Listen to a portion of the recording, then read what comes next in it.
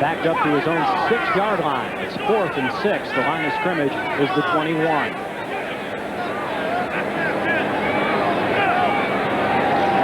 And Rose kicks the ball very high. He's at 10 punts where people signal for a fair catch.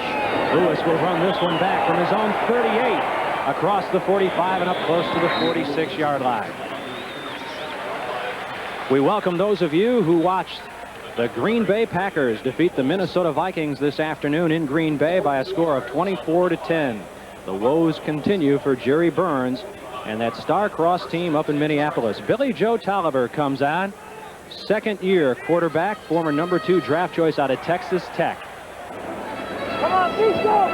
Split out wide to the right. It's Quinn Early. Wide to the left, Anthony Miller. He figures to draw a lot of double coverage. Marion Butts behind Tolliver, the league's leading rusher. Tolliver on play action, first down, incomplete. Intended for Miller, off his fingertips at the 38. Already you can hear people starting to boo the Chargers' Billy Joe Tolliver after one incompletion. Here's the front line for the San Diego Chargers. It is a very young one and has been reshuffled. The wide receivers, Anthony Miller is an excellent one with 29 catches coming in.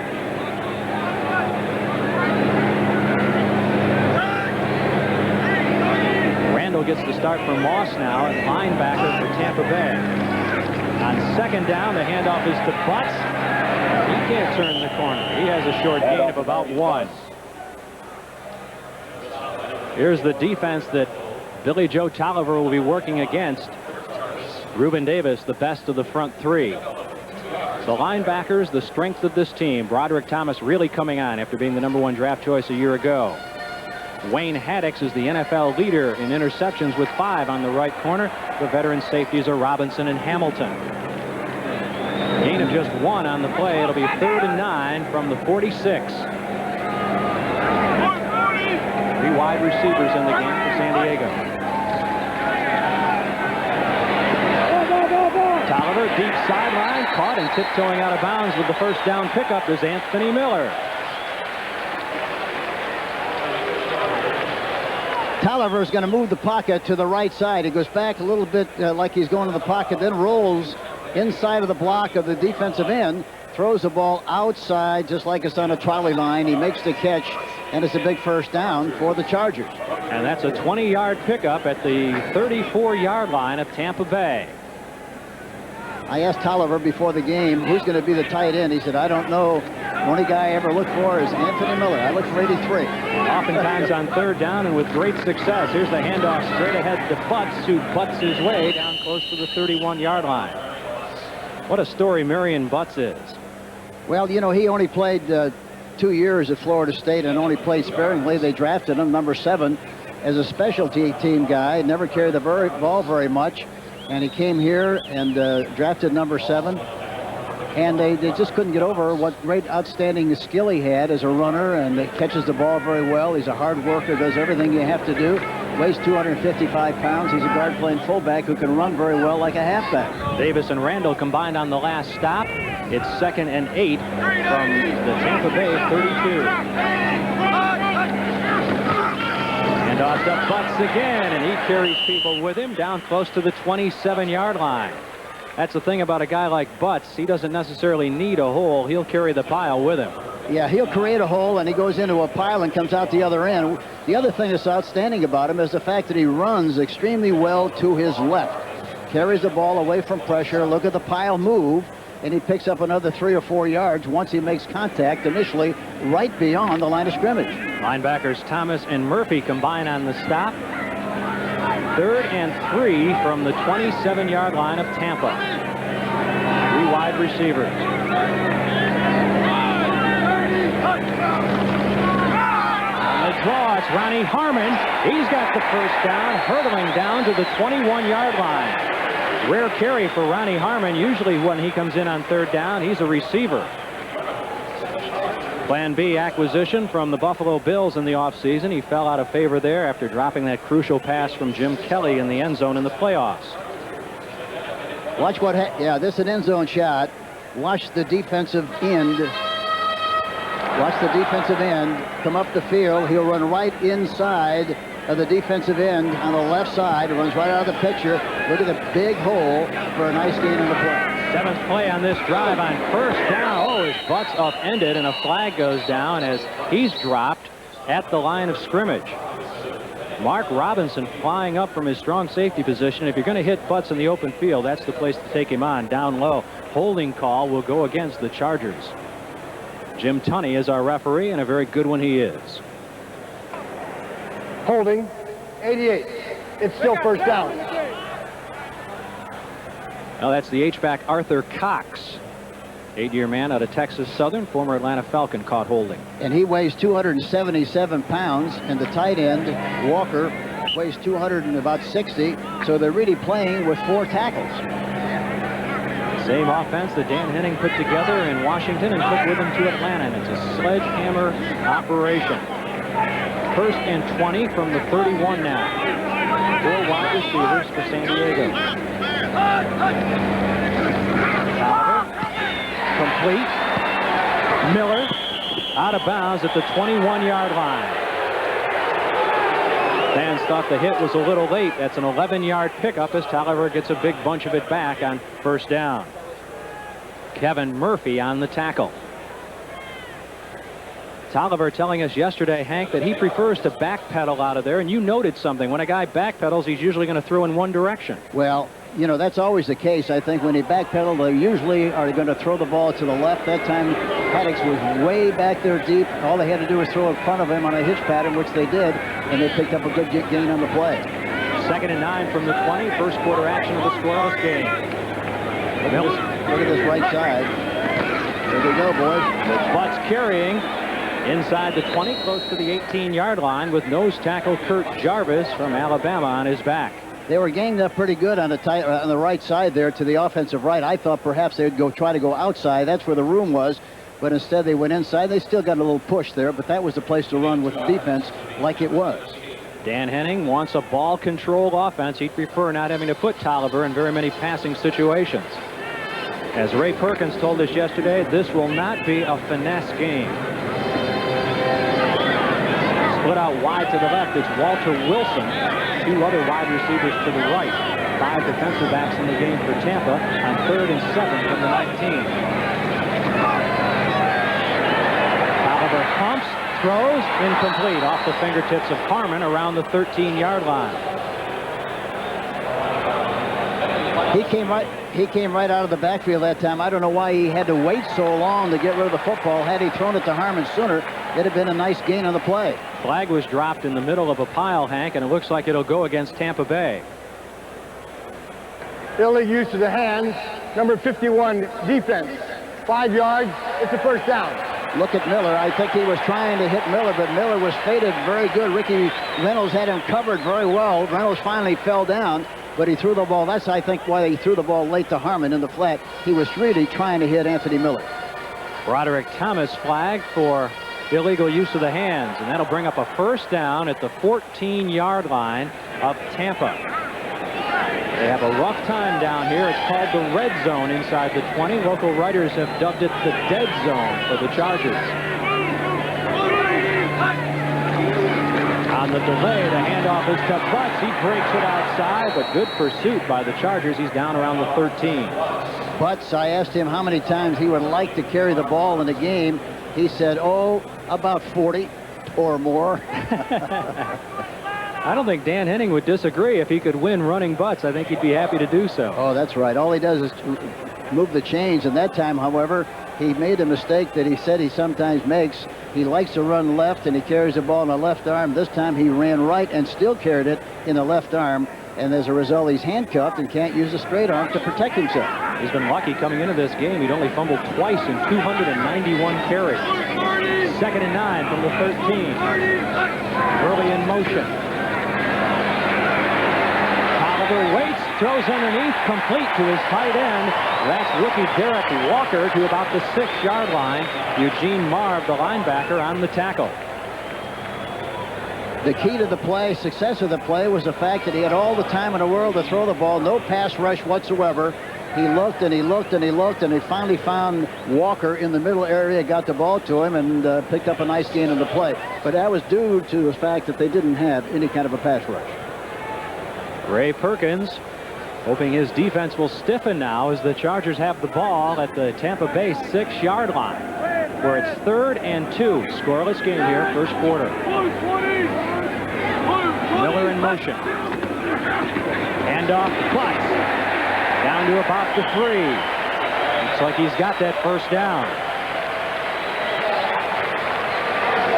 Watch Butts now running to his left. They get a good push. Watch, he's got the ball away from pressure in the left hand. They get a good push. He sees a cavity, puts his head and shoulder pads in the hole. Didn't quite come out the other end, but he got a good push and made some yardage on the play.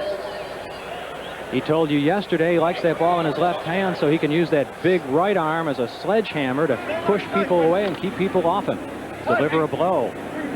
1st and goal from the 3-yard line.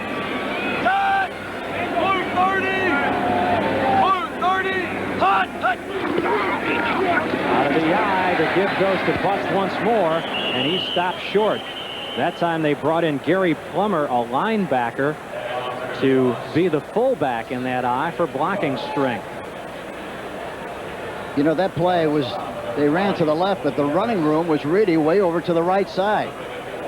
Look at the pursue, look at the pursue, and there we see Robinson coming up and making a piece of the tackle, but they good pursued and got into the gaps well, talking about the Tampa Bay Buccaneers, but the place for San Diego to run is not to that side, but to the right side. That's where they got some advantage. 7 carries, just 16 yards for Butts. 2nd and goal from the 2. Run right, they got a touchdown. Take it left again, and they've got one anyway, with Marion Butts going over for the score.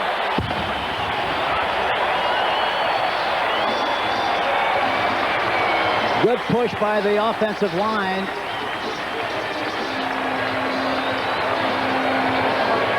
Watch the good shot coming into the left side. Look at the good block by Plummer, number 50. He gets a good push right in the hole, and he goes in there for the touchdown. Linebacker blocking on linebacker. He hit Kevin Murphy and drove him out of there. He was in a good hitting position, an explosive hit on the play.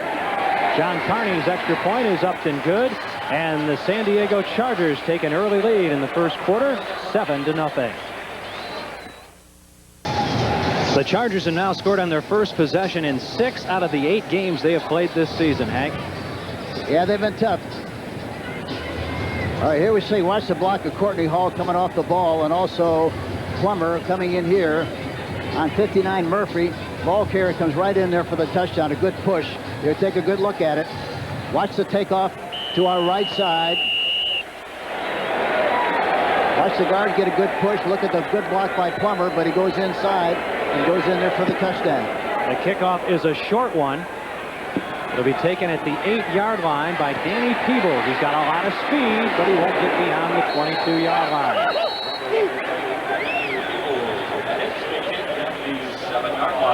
13 plays, took him 55 yards and 7:53 off the clock. Marion Butts going up and over on the left side for a 2-yard touchdown, his 4th of the season, and Dan Henning doing just what he wanted to do, and that was get on the ball on the board first with ball control. Yeah, that was a lunch bucket drive. It really was. They screwed the hats on and went after people, controlled the line of scrimmage, got a good push, took a lot of time off the clock, but that's the kind of a drive it was. It was lunch bucket all the way.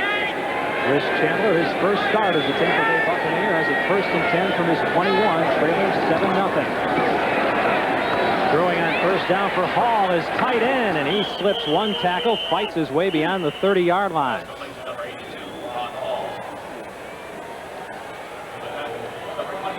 You know, Gary Anderson is their main guy. They like to get the ball to him about 30 times. We asked him how many times he'd like to get it. He said, I'd like to have it about 30 times.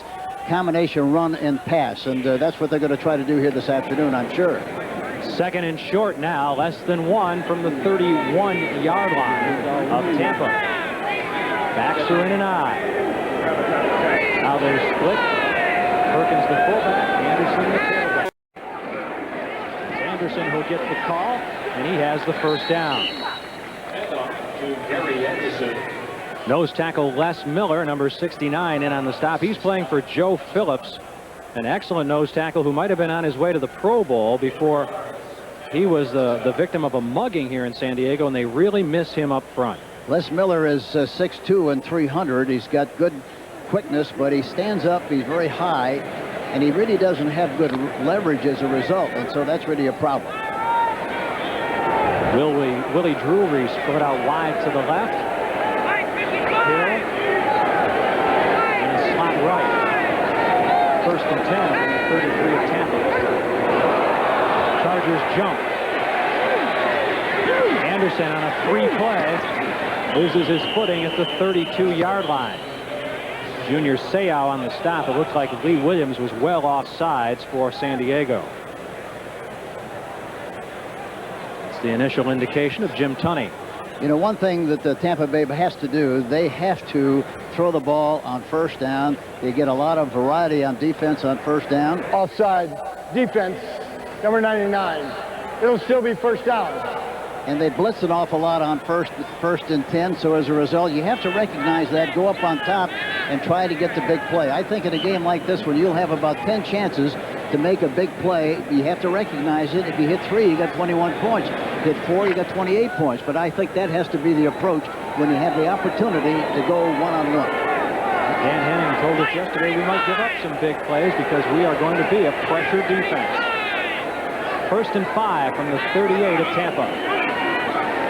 Chandler on play action underneath to his fullback up to the 46-yard line. That's Bruce Perkins, a rookie free agent out of Arizona State. That's the nice thing about Chandler. He has a great capacity to read defenses and get the ball to the open man. That's what he did that time, and they picked up a nice gain, and they're moving to change, and that's what they want to do. Gary Plummer, who was a blocking back on the touchdown run, in on the tackle this time, along with Henry Rolling, who is a former Tampa Bay Buck, the outside linebacker. 1st and 10 from the 46-yard line of Tampa. They trail 7-0 first quarter. Now they're doubling over on the left side on Carrier. Chandler wants it all, and it is picked off by Bird to the 30, to the 40, out of bounds at the 43-yard line. Gil Bird.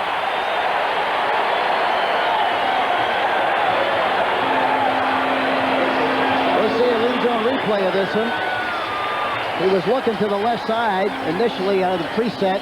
He saw Carrier was double covered. He tried to get the ball up on top. Wound up with double coverage. Bird, number 22, catches the ball at its highest point, brings it back. Good field position for San Diego.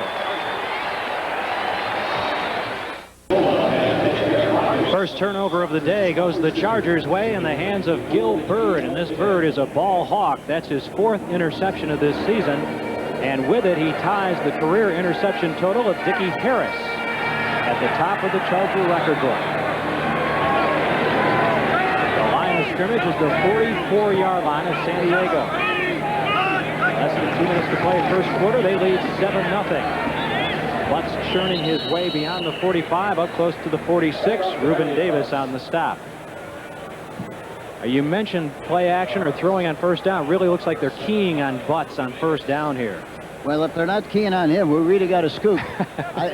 The way he runs the ball and moves the ball, and the way they put the ball in his pocket and take it out on play action passes, that should be a very significant play and a very efficient thing to do.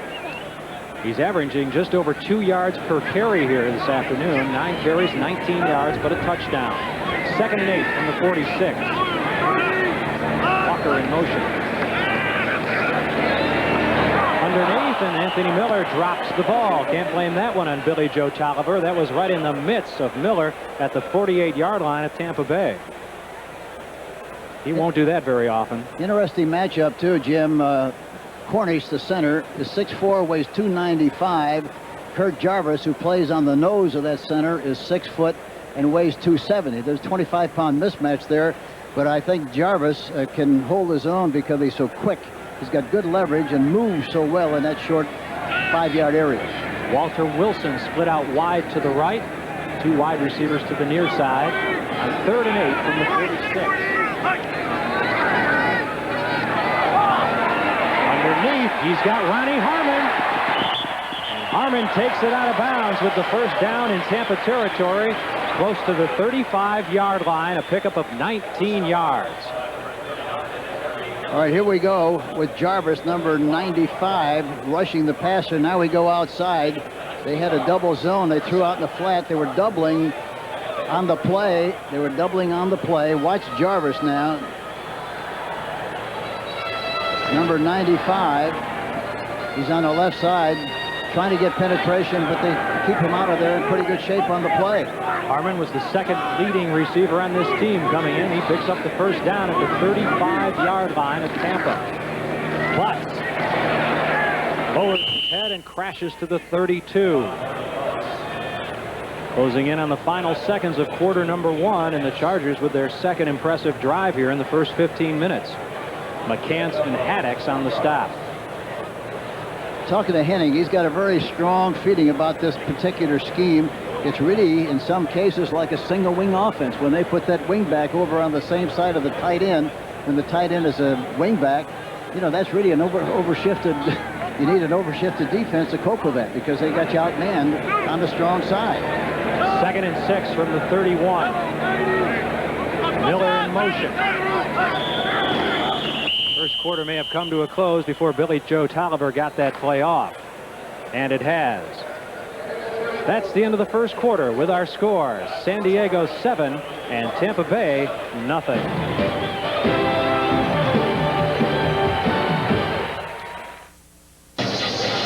Dan Henning in his second year here, second season of a 5-year deal. You know, Dan Henning was the coach of the Atlanta Falcons, and I thought at that particular time he was one of the fine young coaches in the National Football League. I still feel that way about him. He knows what he wants. He's a ball control kind of a coach. He doesn't push his team beyond its limitations, and he's done a great job here this afternoon so far with extending the philosophy. Tolliver throwing to the end zone, and it is caught for the touchdown by Anthony Miller.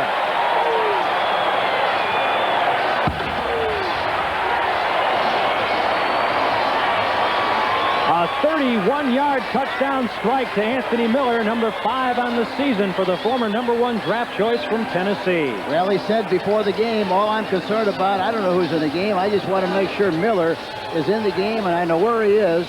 That time he knew exactly where he was. Lofted the ball right up on top.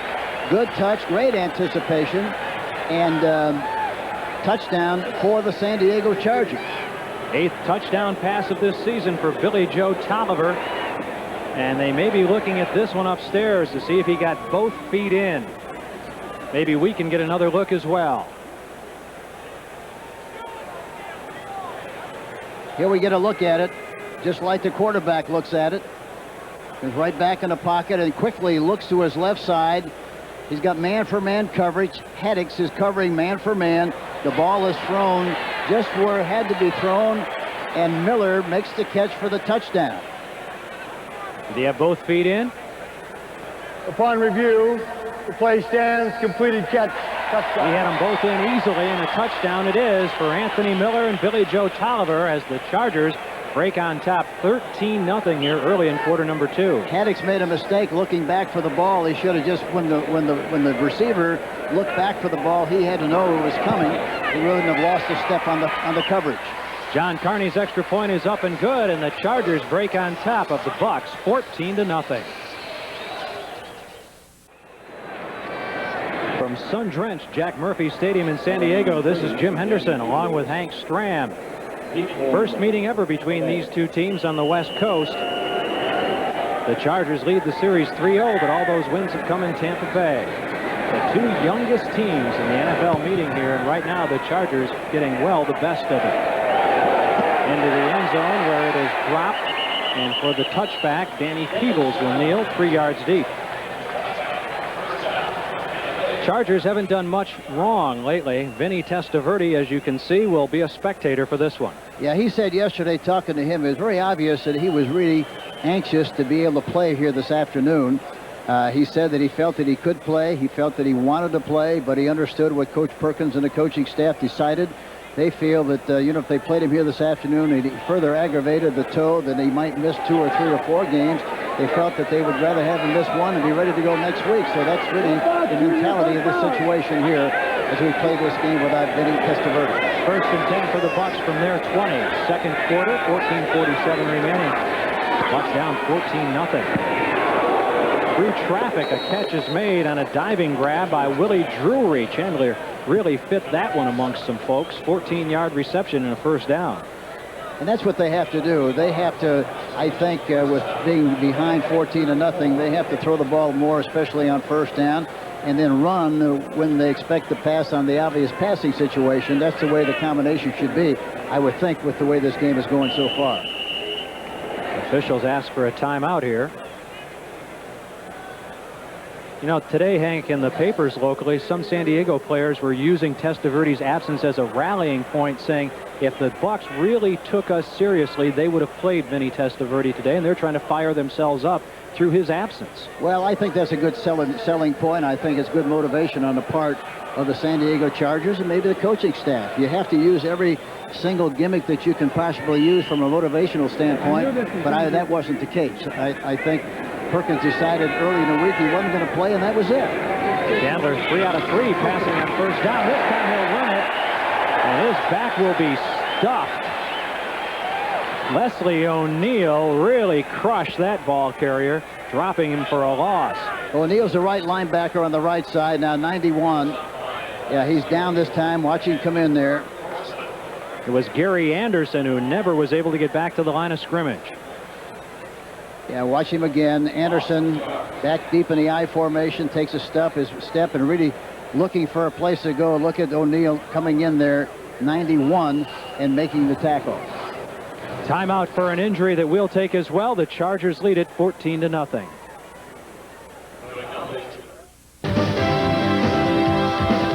CBS Sports coverage of the National Football League is sponsored by Pontiac and your local Pontiac dealer. We build excitement.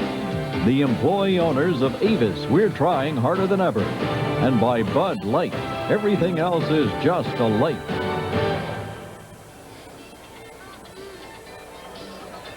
Defensive end Bert Grossman limps off on a damaged ankle. Looks like he could return. Came off under his own power. He'll be replaced, at least for the time being, by George Hinkle, number 97, third-year man out of Arizona. Gary Anderson has rushed 4 times, but for just 5 yards. He's in the backfield now with Reggie Cobb on 2nd and 12 from the 32. You see 8 guys up there close to the line of scrimmage. He's got to throw the ball. Under a blitz, he will throw it, but short of Anderson at the 35-yard line. And here again, I think you have to have better security than that. He can't throw the ball with people, in his face. He's got to be able to get good protection, step, throw, read, and deliver the ball downfield. But he wasn't able to do that on that last play. Don't forget, next week, college football. We've got a big one for you next Saturday. Number 1 Virginia, idle yesterday, will be taking on Georgia Tech in an ACC showdown. Tech, of course, 48-31 winners over Duke. And Virginia really has had a hot team this year, haven't they? They are. Join Andrea Joyce and Mike Francesa. All that pregame action prior to it. Here again, look at all the folks in the line of scrimmage. They're going to pump the ball up. Flag is down. Chandler's going to throw it deep downfield. Carrier's got it. Foot race 20. 15-10. No one will catch him. Touchdown. And that's what you got to do. This is going to be a feast or famine thing for the Tampa Bay Buccaneers. If they're going to come after you, you've got to make the big plays. Offside San Diego. The play stands. 68-yard touchdown. Dan Henning said, we're going to pressure you, and that sometimes means giving up big plays. Well, you live by the sword. There he is. They got pressure, a free man, but look at on the outside here, right inside the numbers. Carrier makes the catch. A beautiful throw, good anticipation on the play. Bird was licked, number 22 on the play. He has a free shot, doesn't miss stride at all, right into the end zone for the touchdown. Chris Chandler's first touchdown toss as a Tampa Bay Buccaneer, and the Bucs are right back in this thing. Steve Christie's extra point is up and good. And with about 13 minutes remaining in the second quarter, Chargers lead. Okay, here we go now. We got all these people coming. He makes a stunt inside. He got 6 guys coming, man-for-man coverage, and Carrier is in the slot, goes right down here on Bird, and makes the catch. Good protection on the play, makes the touchdown catch, and he goes all the way 68 yards. There you see it. But they were blitzing on the play, and if you don't block them, then it's in their favor. If you do, touchdown, just like we saw. Bringing it back is Ronnie Elder. Donnie Elder is across the 15 and up to the 16-yard line, where Sam Anno brings him down. Well, Gilbert, who earlier had the interception, victimized there as he had Mark Carrier in one-on-one coverage. Well, that's the matchup you want, and what they did, they put him in a slot, which gives Bird more room to try to cover, and as a result, why it's a tough responsibility, especially when you don't have any help in the middle, which he didn't have any. He went right down the middle for the touchdown. Great throw by Chandler. Quinn Early split out wide to the right. Anthony Miller wide left. Rod Bernstein is now in the backfield. Cox in motion. Handoff goes to Bernstein, and he's got a gain of about 2. Well, here's what's happened so far in this one on a beautiful day in San Diego. Carrier has that 68-yard reception to his credit. Anthony Miller, an early target of Billy Joe Tolliver, and brought in a touchdown early. San Diego scoring on their first 2 possessions, and that's been a trend for them, getting up early, but the fourth quarter has not been good to them. We have a long way to go before we reach that juncture. And the other thing San Diego has to do, they have to start throwing the ball on 1st and 10, especially play-action passes, the way they're ganging up on the run. 2nd and 8 from the 17. Tolliver. Caught by Early, but out of bounds. I believe Tolliver was just trying to throw that one away. Well, I think he made the play-action fake, got a little push inside, went outside, was trying to get the ball downfield, and by the time he came back to the short receiver, he ran out of room, ran out of real estate, and ran out of bounds when he made the catch. Ricky Reynolds with the tight coverage. Interesting in pregame introductions. The biggest applause, the biggest round of applause went for Gary Anderson of Tampa Bay. The most boos went to Billy Joe Tolliver, the quarterback of the home team. But they aren't booing him here so far too much after he was played well early. Wait for a few more bad plays and see what happens. What have you done for me lately? Ronnie Harmon in the ball game on 3rd and 8 from the 17. Underneath, it's Harmon who has it. First down and more up to the 31-yard line. Harry Hamilton on the stop. 13-yard pickup for Ronnie Harmon. Seems like every team in the NFL has one of these guys. Yeah, Harmon delays. He goes out the outside and then comes right back into the middle area underneath the linebackers. The hole is wide open. They're dropping back in zone coverage. He is wide open underneath the linebackers and the defensive backs and picks up the necessary yardage for the first down. A nicely designed play. 6 out of 9 for 100 yards and a touchdown for Tolliver here early. He's been well protected. They had a throw again right here. On first down, they will. Boys. Has to dump it off underneath, and it's incomplete for Bernstein. Bernstein's an interesting story. He played both running back and tight end when he was at Texas A&M. He was drafted as a tight end, played tight end here early in his career, but now they're using him at both positions. Well, he's a big, strong guy and a very versatile guy. You know, the other thing about this offense, I think if you're going to play action, you know, if they don't respond at all to the fake like they didn't on that last play, it means one of 2 things. The back is not faking well enough to make them sell them on the idea it's going to be a run, and the faking wasn't good enough.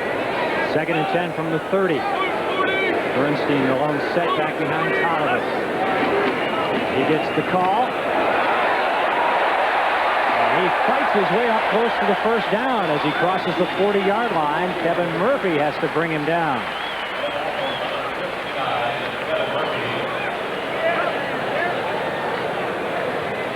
The key thing is here, watch the linebacker come up the field. They run right out. Say they trap him. They run right inside of him, and a good block coming through the hole is made, and Bernstein goes right up the field for a nice gain on the play. Good execution. But again, linebacker blitzing on the outside. They went right on the inside of him with a trap block. Nice block by number 78, Joel Patton, who was just activated a day or 2 ago, the free agent out of Duke. Just short, as you can see, by about 6 inches.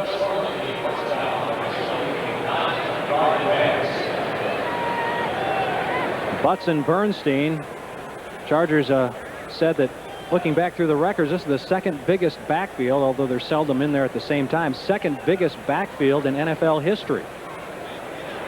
Well, there's no question about the fact that they're a sledgehammer twosome. And the nice thing about it is they can both block for each other, and they're big and strong, and they can move the pile. Klutz weighs 248 and Bernstein 238. It's Bernstein who remains in there. San Diego 5 out of 5 on third down conversions. This is third and inches. Incomplete. Intended for Bernstein, who hadn't turned around. Yeah, he never got a chance to see the ball. You know, they booed Tolliver, but the protection broke down on his left side. Play action fake. And the backside, they get a good rush by Kevin Murphy, number 59. And as a result, see, watch Murphy coming. Yeah, right. He comes back on the backside and throws the ball before he's ready to throw it, before he's ready to catch it, I should say. And it falls incomplete. Chargers going to go for it on fourth down. They are 1 out of 10 on fourth down conversions this season.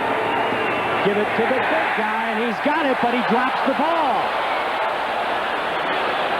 They're going to say that it belongs to San Diego, that the ground caused the fumble of Rod Bernstein.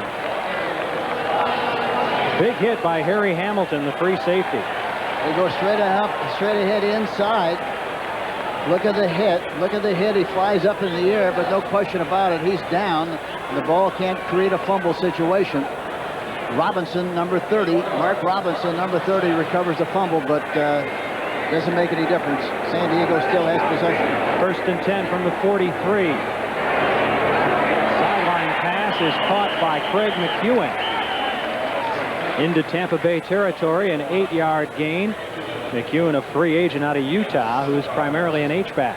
Well, they like that matchup because they had Robinson covering him man for man on the outside. And they feel that McEwen can lick him on that kind of a play, which he did. And they had good pass protection on the play. So San Diego, who opened up an early 14-0 lead, and now lead by 7, 14-7, crossing into Tampa Bay territory once more. Early near side, Miller far side. 9th play in this drive coming up. Bernstein inside the 45-yard line. Irvin Randall in on the tackle, the linebacker out of Baylor. Look at a good push by the offensive line. They're standing people up, and they're trying to push sideways to get a gap for Bernstein. He does that and gets through the hole. He gets pummeled by 3 defensive players of the Tampa Bay Buccaneers, one of whom was Robinson, again, number 30 on top of the pile. Chargers have a couple of rookies in that offensive line. A very young offensive line overall, but they are big, and they can move people off the line of scrimmage. First and 10 from the 44. Play action. Tolliver looking long. And it is incomplete. Juggled in the end zone by Anthony Miller. He almost had his second touchdown catch of the first half. Wayne Haddix on the coverage. Ran right by Haddix again on the play. Watch him. Look at the big cushion Haddix has, too. He's looking into the backfield first, and then he's still looking in, and then he makes an outside move and goes up. And watch him. He's beyond him. Had he thrown the ball a little bit quicker, it'd have been a touchdown without any effort whatsoever. But he waited a little bit too long to get rid of the football and didn't throw it long enough. Miller told us yesterday Haddix likes to sit on those routes. That's why he's got 5 interceptions, and he was caught looking into the backfield. Well, that's what he does. He looks into the backfield. That's what creates the problem. Here's that guard tackle gap play that the Washington Redskins run so well. Left guard and left tackle. That would be Hall and Goas opening up that hole for Bernstein. Kevin Murphy has to bring him down. Look at the work up front, Hank. Yeah, watch the guards pulling on the play. And really, the play was designed to kind of go off tackle. But the back saw the hole where the guard and tackle pulled, took advantage of it, popped right up through there, and made the nice gain on the play. 3rd and 2 from the Tampa 36.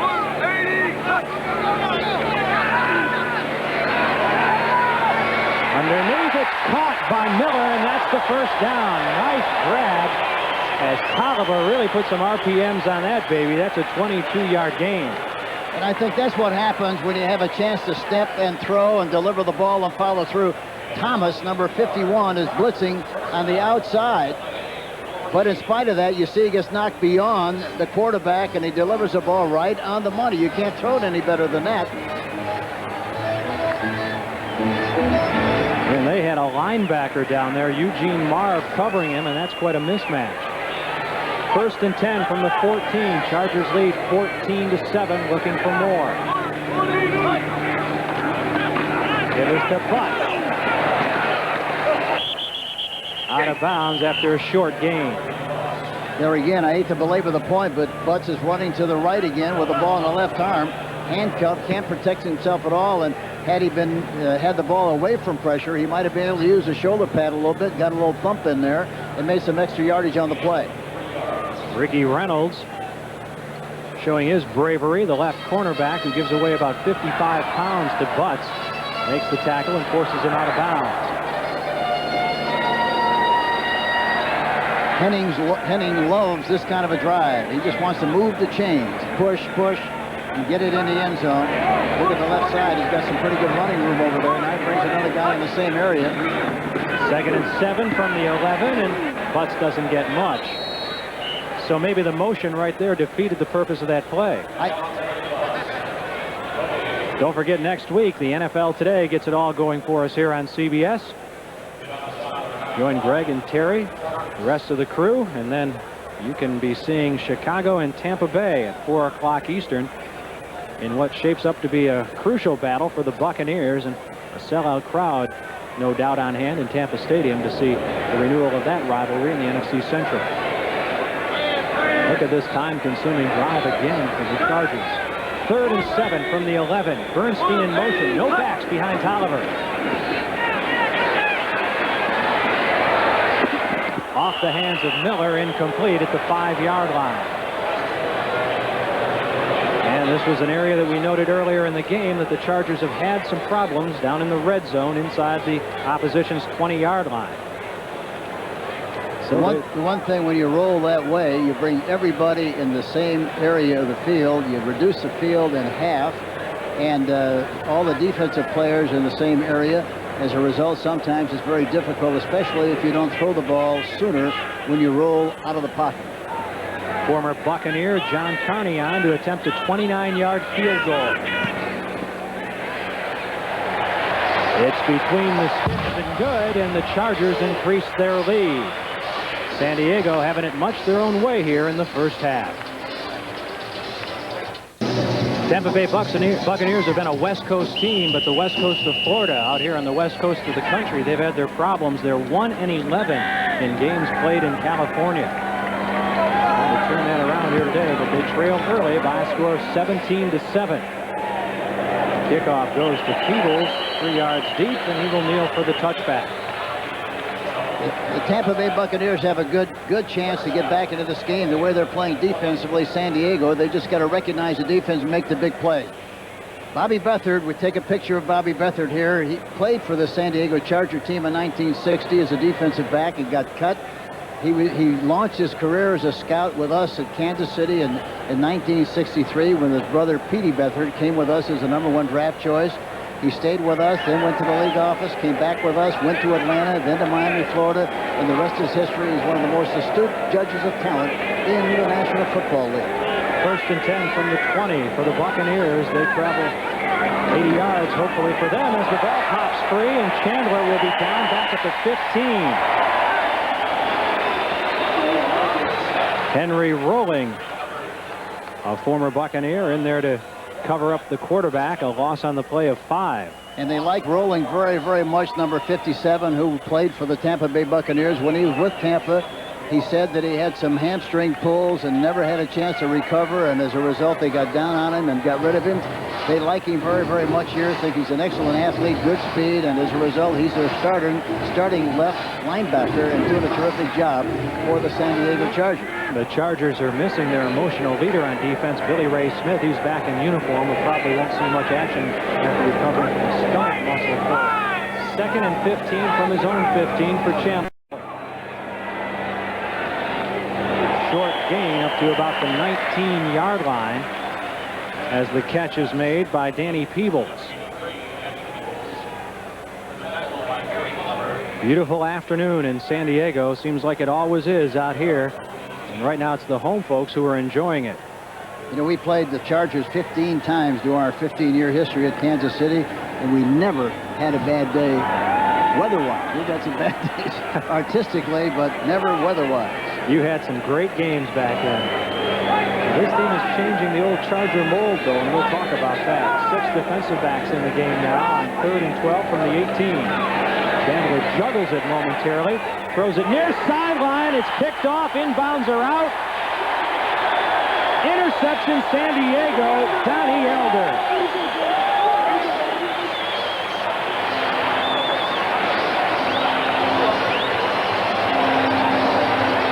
Elder is on the inside, watching man-for-man coverage.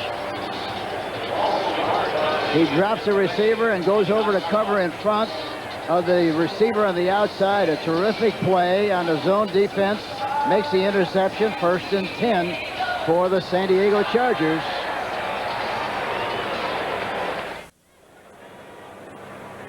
All right, here we see Donnie Elder right in that position. And he gets a jam here, and then he works right underneath there as this guy runs through the pattern, and he's good position and intercepts the ball. Look, that's a great play by Donnie Elder. Watch him. Well, we'll get back to that in just a second as the Chargers come up to the line of scrimmage. Best field position of the day for the Chargers as they try to capitalize on their 2nd turnover. Butts gets the call, and he bangs his way to the 24-yard line.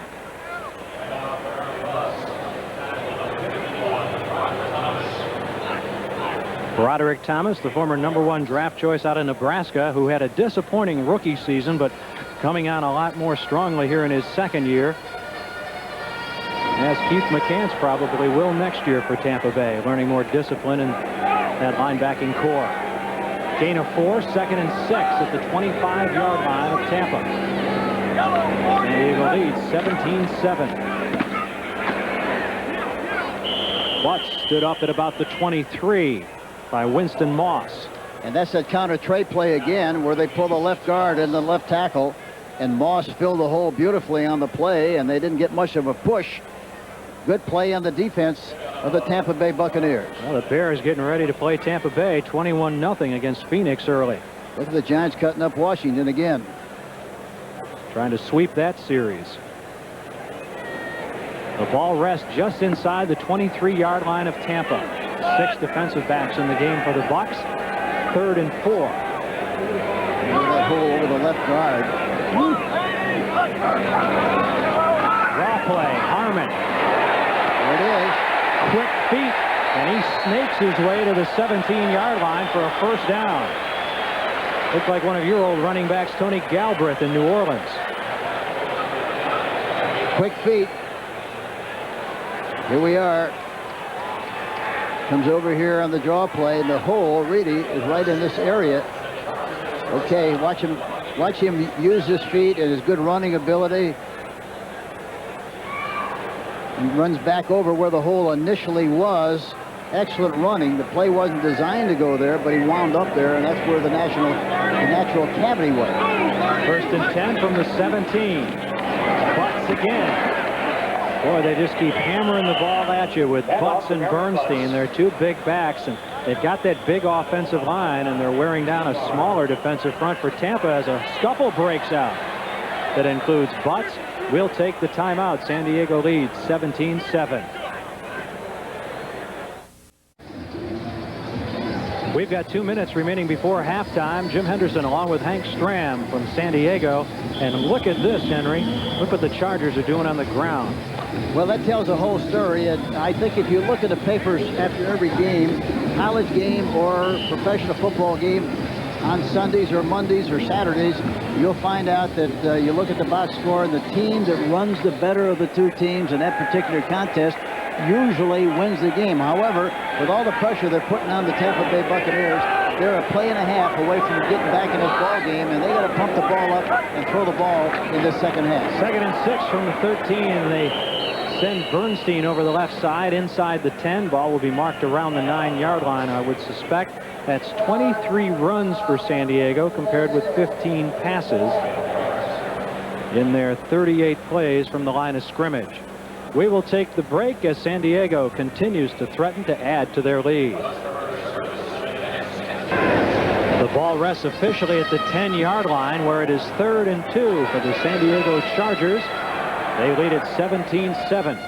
Dan Henning gets suggestion from the press box as to what plays they're going to call, but in the final analysis, he's got the chalk. He makes that final decision. I'll be surprised if he doesn't. He's got 2 downs to get 2 yards, and I'm sure he's going to smash it in there and get the first down, running the ball straight ahead or however he wants to run it, but he'll smash it in there, I would guess. They've done well on 3rd down, 7 of 9 in the conversion department. Well, I guessed right, didn't I?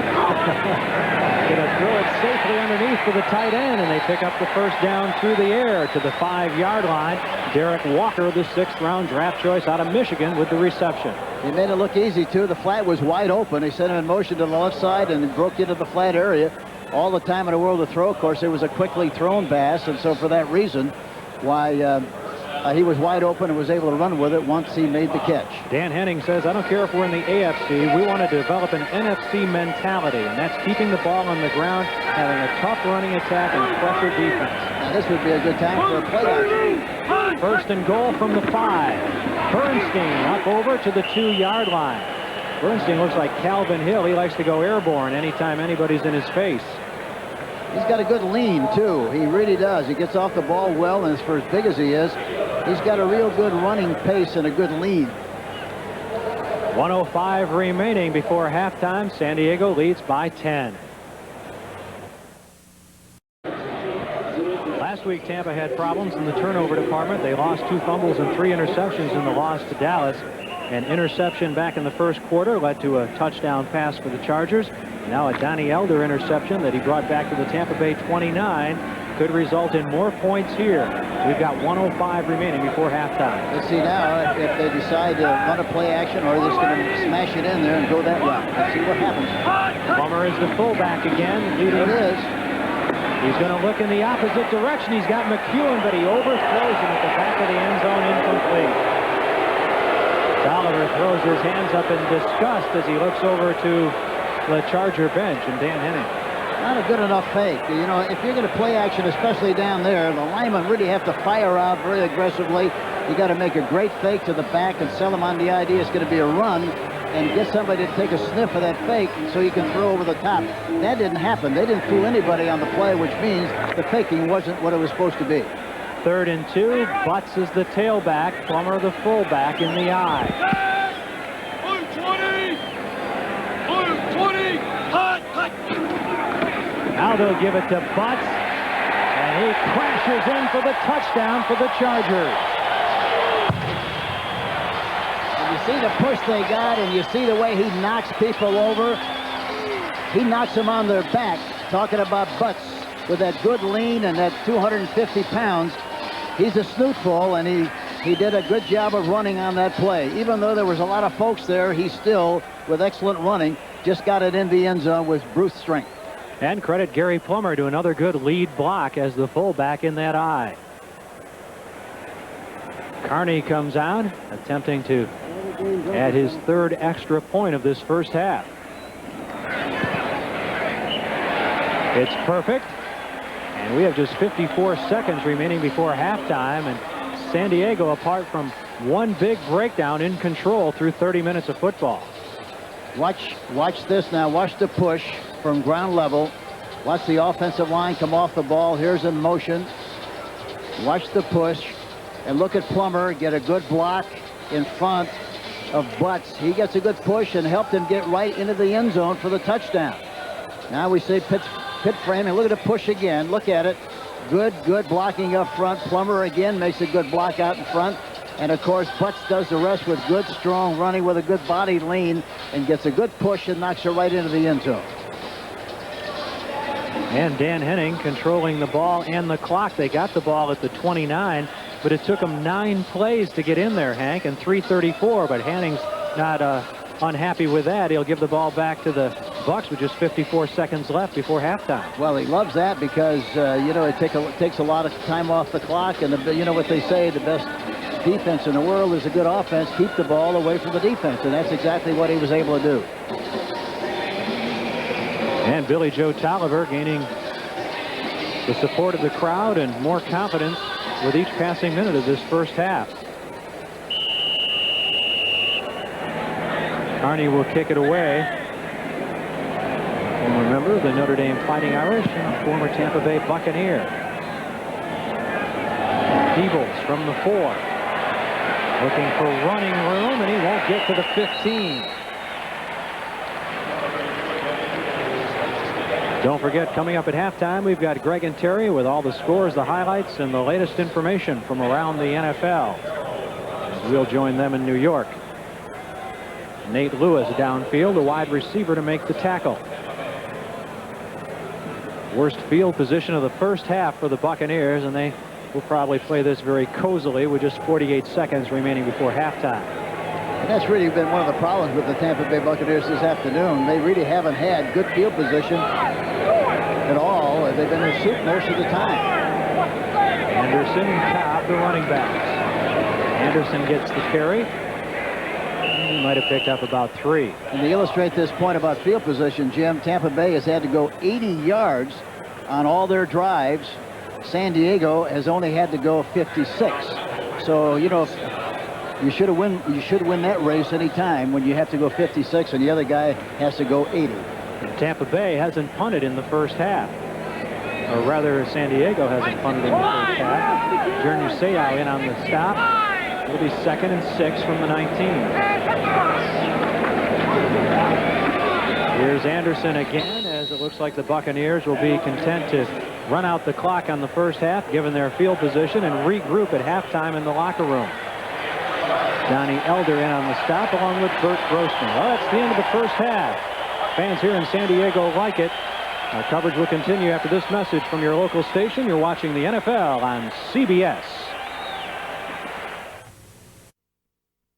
This message from your local station. You're watching the NFL on CBS.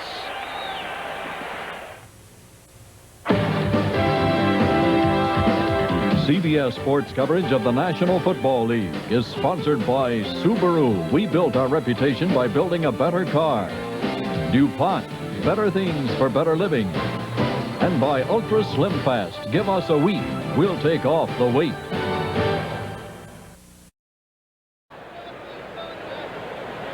Jim Henderson along with Hank Stram from Jack Murphy Stadium in San Diego, where the Chargers lead 24-7 through the first 30 minutes of football.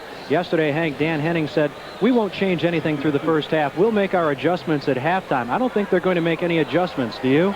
No, I don't think they're the team that has to make adjustments. I think the Tampa Bay Buccaneers have to make some adjustments, and I'm sure they will in the second half. Ray Perkins and his gang does a good job of that, and they'll do that. Chargers have had things all their own way in the first half. Well, look at this. You know, rushes 7 for 25 yards, passes for 9 times for 17 yards, and the first half possessions. Here's a good look at that. Basically speaking, why they've had very, very bad field position throughout the game. Talking about the Tampa Bay Buccaneers, plus the. Now we'll get a look at the first touchdown by Butts. Plummer does a great job of blocking on the play. And Butts barrels into the end zone for the touchdown. Now we see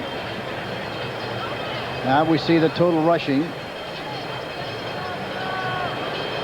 And here he is, Tampa Bay, 7 yards, San Diego, 84. That tells you a very, very vivid story about what's happening here so far in the first half, but we still got a second half to play, and I think Tampa Bay has to come off the bus in the second half and throw the ball on 1st and 10 a lot. Here's the second touchdown, and look at Plummer. Watch the great block he gets on Cannon. Watch this shot right in there if you can see it. Look at that. He knocks him right into the end zone on his back. Look at 78 get knocked right into the end zone by Plummer. A fantastic block. So they've had two 2-yard touchdown runs by Marion Butts in the first half, along with a big play through the air. Tolliver to Anthony Miller for 31 yards. Carney's got a 28-yard field goal to his credit, and that gives San Diego 24 points through 30 minutes. For Tampa Bay, just one big play. A 68-yard touchdown pass from Chandler to Mark Carrier as they were able to victimize San Diego as the Chargers were caught blitzing. But you know, in the first half, the Tampa Bay Buccaneers did not run one single offensive play from the Chargers side of the 50. Yeah, they were in bad field position, as I mentioned earlier. They had to go 80 yards every time they got the ball, and the San Diego Chargers only had to go 56 yards. So in that kind of a race, it's tough. Chargers will take the ball to begin the second half. It's a knuckleball that's squibbed down there to Ronnie Elder. And he is across the 20, across the 25, across the 30, and just short of the 35-yard line. It was Elder who had an interception late in the first half that resulted in the final touchdown for San Diego before intermission. You know, the Bucs really have had pretty bad kickoff coverage during the course of this year. They've averaged about, let the other team run the ball back about 25 yards in every return. But I think probably part of the problem is that they've kicked the ball in the end zone so many times that I think the coverage team thinks that's what's going to happen, and they let up a little bit. And when they let up, they get a big return. That's really been the problem.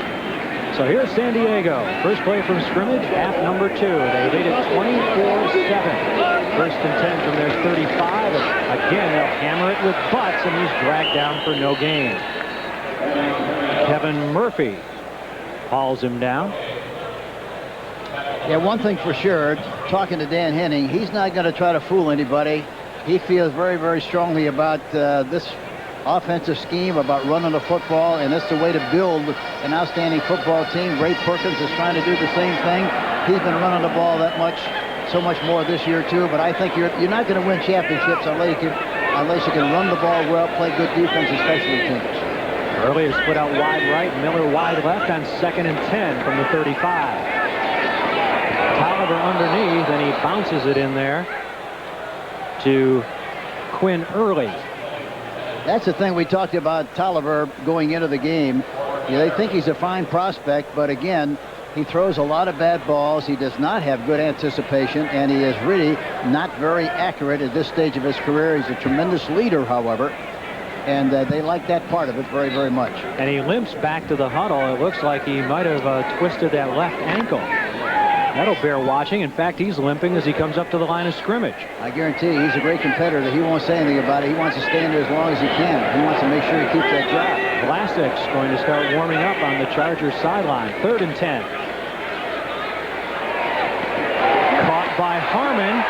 Wiggles free. First down. Ball is free. San Diego loses it. They turn it over to Tampa Bay.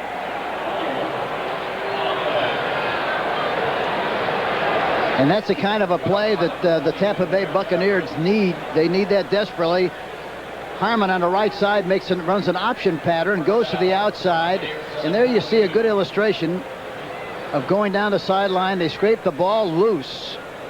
Looks like Murphy does that. It's in the field of play. They pounce on it, the Tampa Bay Buccaneers. And here we get a good watch Murphy, 59, strip the ball loose.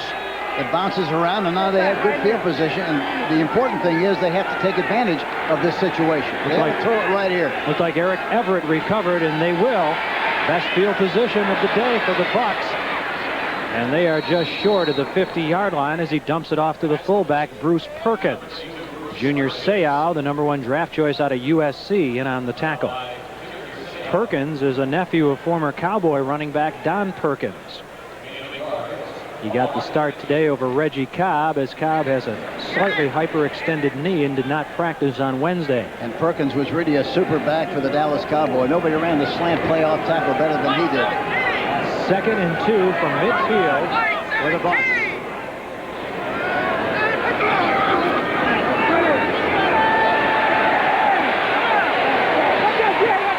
Chandler's got good maneuverability, and he's got the first down. Bert Grossman chases him out of bounds.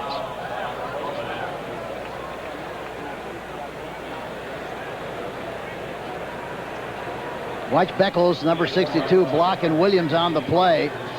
You know that Beckles is the only guard in the National Football League that's starting as a rookie.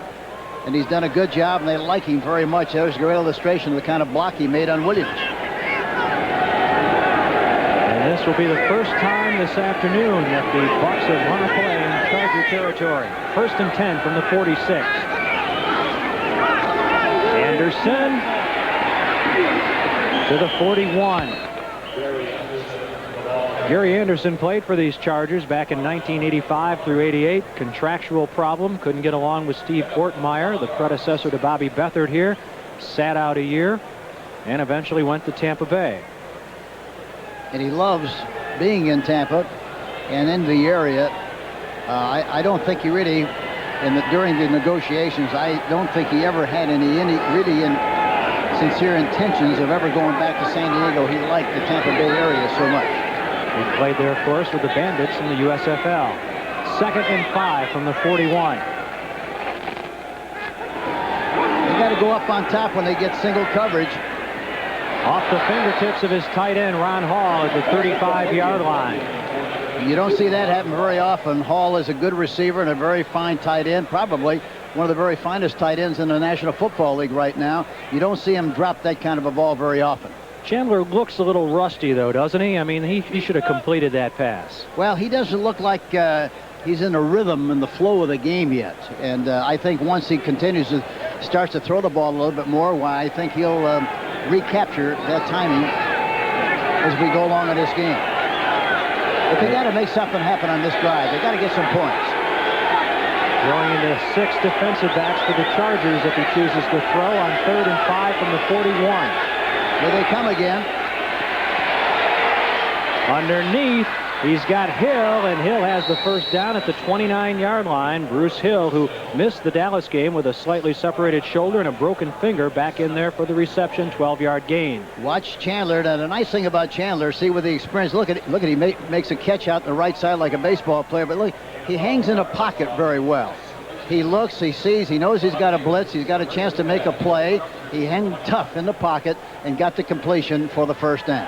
Henry rolling on the tackle, and it's the Bucs who are rolling at the moment. 1st and 10 at the 29-yard line of San Diego. Chargers lead 24-7. This is a very important drive for them. They have to make something happen and score points. Anderson goes in motion. Going to dump it off underneath to Perkins. Ankle tackle as he's brought down at the 26-yard line by Junior Seau. Without that tackle by Seau, he goes a long way, perhaps. Seau, talking to Bobby Beathard yesterday, he said that he just cannot believe the athletic skill and ability of Seau. He could be a running back. He could be an H-back. He's got that kind of talent. Runs the 40 in 4.6, a remarkable time for a linebacker. And that's why there's a little confusion as to what really the best position for him to play. He played outside linebacker at UCLA. He's playing on the inside now. 7th play of this drive coming up for the Bucs. 2nd and 8 from the 27. Hill in motion. Chandler throws it downfield. Incomplete. Boy, I was looking for a flag, but there is none. I thought there was going to be a flag. Plummer looked like knocked the receiver down while the ball was in the air, but evidently they don't call it. Let's take a look here. It looked like, I think it was Gary Anderson who was tackled down there. And watch, look at the blitz. Rolling, coming in to make the blitz. The ball is thrown out in front. I don't know how they couldn't call that pass interference, but yeah, that was Gary Plummer down there who had the unenviable task of trying to cover Gary Anderson. Now look at this again. Look at, he gets his hand out there, gets a piece of him, hits him in the back, knocks him down, and they don't call pass interference. That's hard to understand.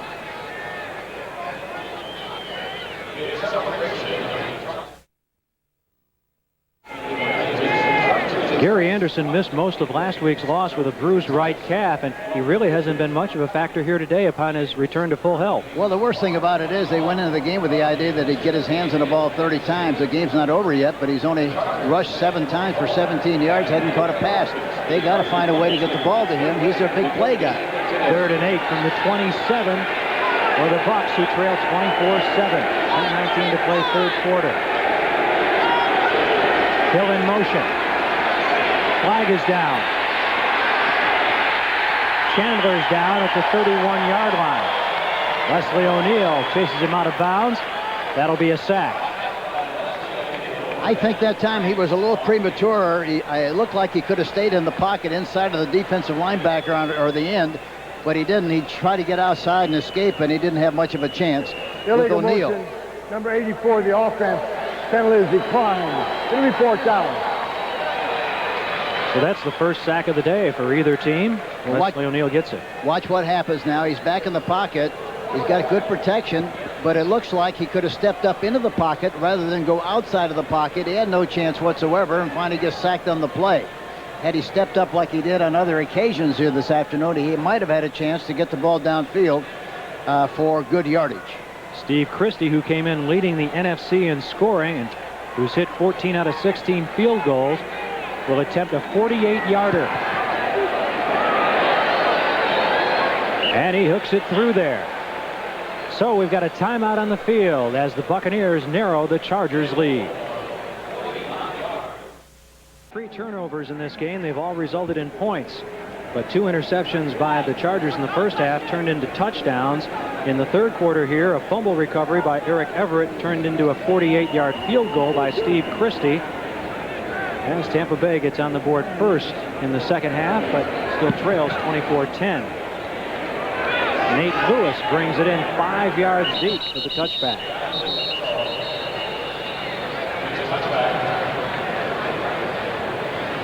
Ray Perkins has had an up and down team this year, Hank. They've won all their games in the NFC Central.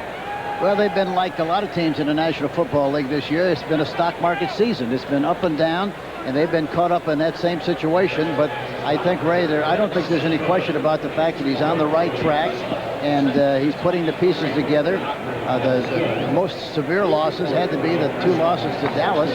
But who's to say that Dallas is that bad? I think everybody just assumes because they only won 1 game last year that you're supposed to beat them. But Dallas, when they play the other teams, they think they're going to win, and that's what happened. They won a couple of games and nobody thought they would win. And they almost won today against Philadelphia. Marion Butts cracks his way beyond the 25-yard line. Pickup of 6 on first down. Mark Robinson, the strong safety, on the tackle. And the greatest illustration of, disappointment, it has to be the Minnesota Vikings. You look at the talent on that football team, and you can't figure out how they lose every week. But there again, the better team doesn't always win, especially with the parity in the league like it is today. Pickup of 5 officially on the play. 2nd and 5 from the 25. Miller in motion. Play action, Tolliver. Underneath to Butts. Ooh, he's smacked down short of the 30. What a collision there between Butts and Moss. Let's go to New York, where Greg Gumbel has an update on this afternoon's action. Greg? All right, Jim, at the Meadowlands, Washington quarterback Stan Humphrey is going to take you on a little tour of Giant Stadium. To the right, eludes 1 tackler, comes back this way, thinks about pass, pulls it down, goes in from 5 yards out, and with the point after, the Redskins have narrowed it to 14-10 in the third. Back to you, Jim. Those teams meeting for the second time in recent weeks. That series will be concluded early. I think all the series that have been played this year have been sweeps. Redskins trying to avoid that. Here's Butts again into a big pile and short of the first down. Looks like he ran in right into the teeth of that defense.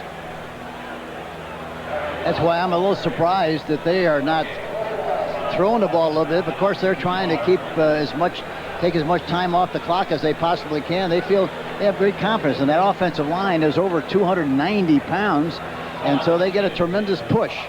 And I wonder a little bit whether or not physically they're just not too big and too strong up front for the Tampa Bay Buccaneers the way they are right at this stage of their development and growth. John Kidd's first punt of the day will come with 7:43 to play in the third quarter. Willie Drury will take it in at his 33. To about the 37. Timeout on the field after a 39-yard punt and a 5-yard return. San Diego on top, 24-10. Third quarter has 7:33 remaining. Yesterday, Georgia Tech with a big victory over Duke, and they are primed to take on the Virginia Cavaliers next week. You'll see it on CBS right after college football today. Andrea Joyce and Mike Francesa. And then what a battle this shapes up to be in the ACC, maybe Virginia's last test of the regular season against those Georgia Tech Yellow Jackets, 6-0-1. They got to throw the ball right here. Yeah, they do. Underneath and incomplete for Hill. The ball thrown behind him on that quick slant. They're happy about Hill, even though he's got a bad shoulder and a broken finger. They thought that because it was the first time in his career with the Tampa Bay Buccaneers that he spent time during the off-season with the conditioning program in Tampa Bay, and as a result, they feel he's much better, and they feel his attitude's much better, and he's playing much better. 2nd and 10 from the 37 of Tampa.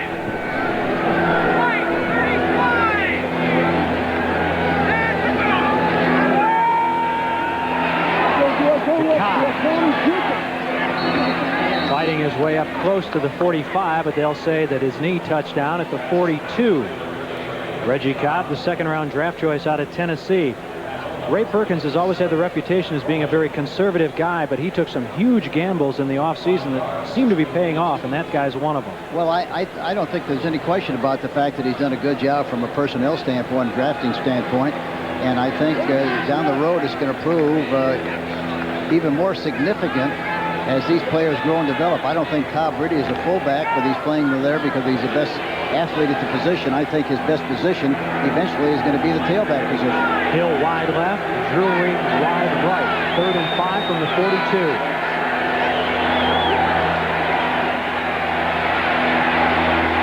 Ball is tipped and incomplete. Drury thought he was open if the pass could have gotten downfield. Here again, Chandler is not getting enough pass protection. They're in his face. He has to hurry his throws a little bit, and but they have to do a much better job of securing the pass protection for the quarterback. Here he goes back in the pocket, and there you see he feels the pressure from the backside, and as a result, he doesn't get the ball off like he should or would have had he had time to throw the ball. Leslie O'Neal, who went to the Pro Bowl last year, pressuring him from his right defensive end position. The punt coming down to Nate Lewis all the way back at the 11. To the 24-yard line for the rookie wide receiver. A timeout on the field after a 47-yard punt. A couple of timeouts ago, Broderick Thompson, the right tackle for the Chargers, was carted off the field with a sprained ankle. Now Eric Floyd, a first-year man out of Auburn, replaces him there. The oldest guy on the team right now on the offensive line that's in there at the moment is a 3rd-year man, David Richards. They got a 2nd-year man, a 1st-year man, 2 rookies, and a 3rd-year man. 1st and 10 from the 23.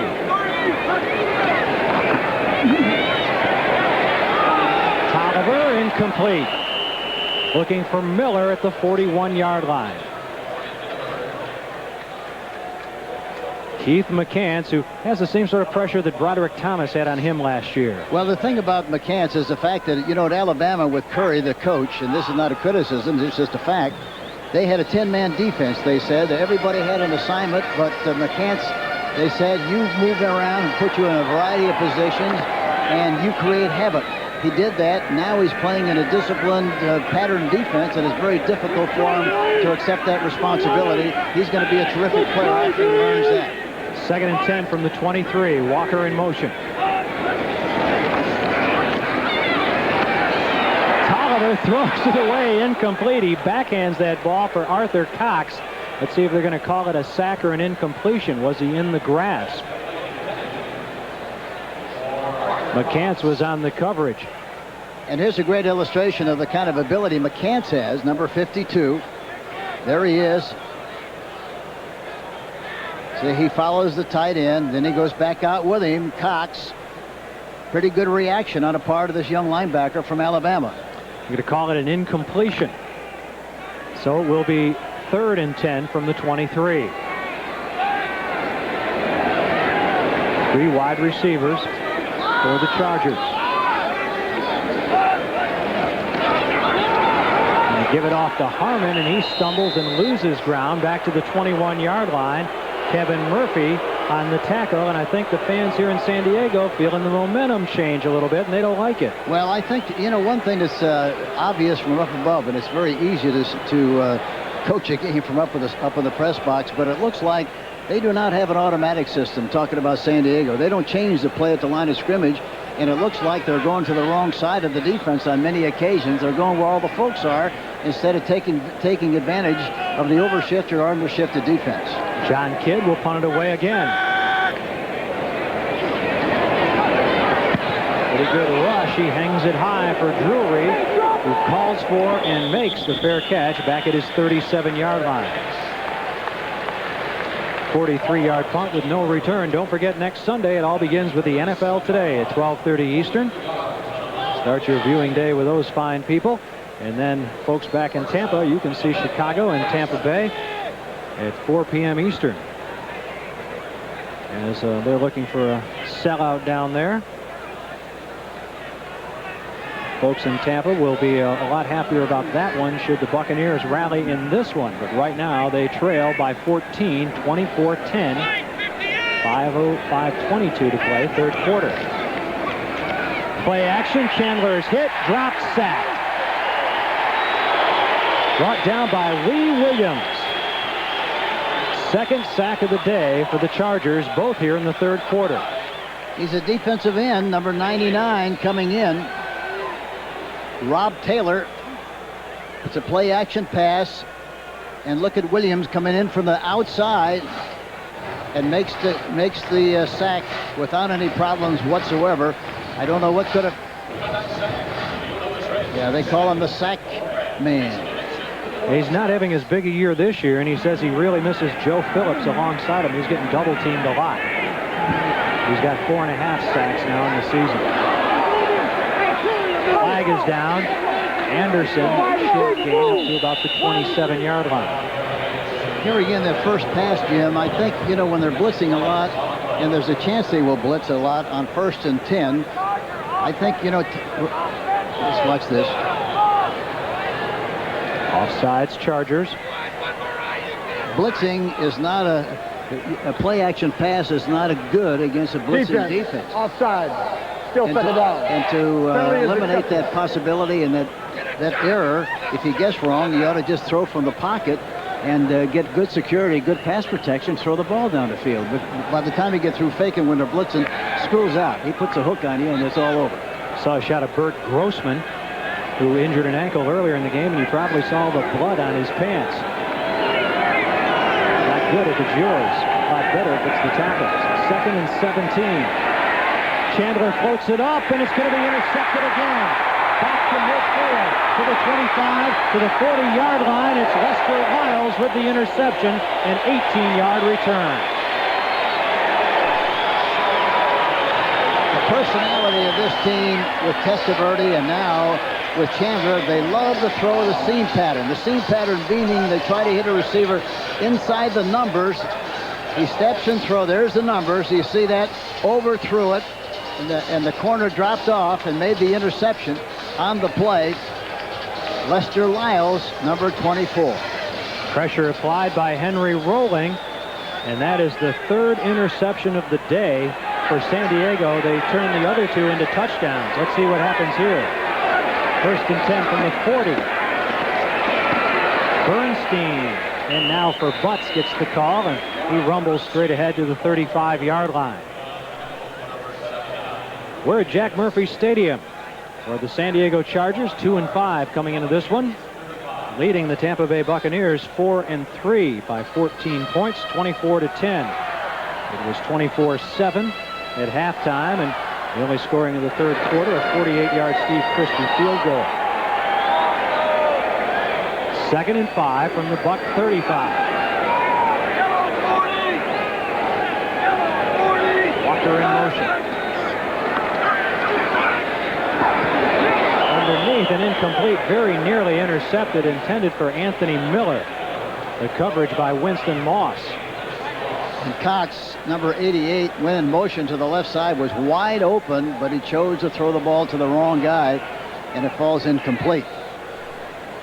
Well, here's another dogfight, a taffy pull with the Giants still beating Washington. Look at Chicago. They're really pouncing on Phoenix, 28-7. And Philadelphia finally pull it off, 21-20. Boy, what a grudge match that turned out to be. And you see the Vikings' problems continuing. 3rd and 5 from the 35. Oliver puts it underneath the Harmon. That is incomplete, and there's a flag down in the backfield. It's going to be against the Chargers for holding. Looked like it might have been Courtney Hall, the left guard, the second-year man from Rice, number 53.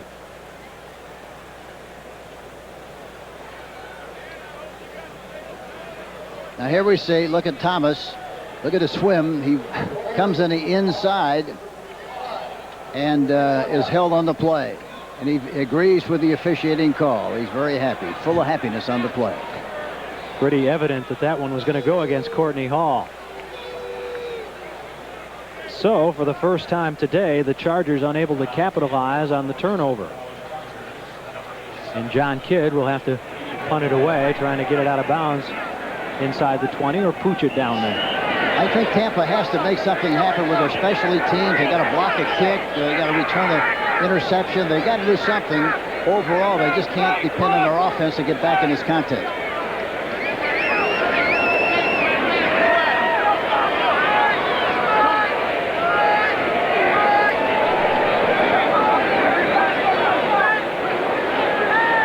Now they're trying to draw them off sides. Won't work.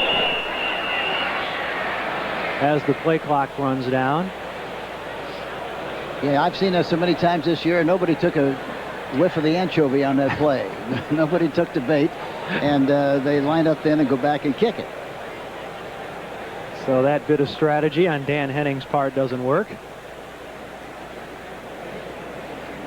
And of course, Kidd was hoping for 5 more yards here and to get a better angle for the coffin corner should he try to do that.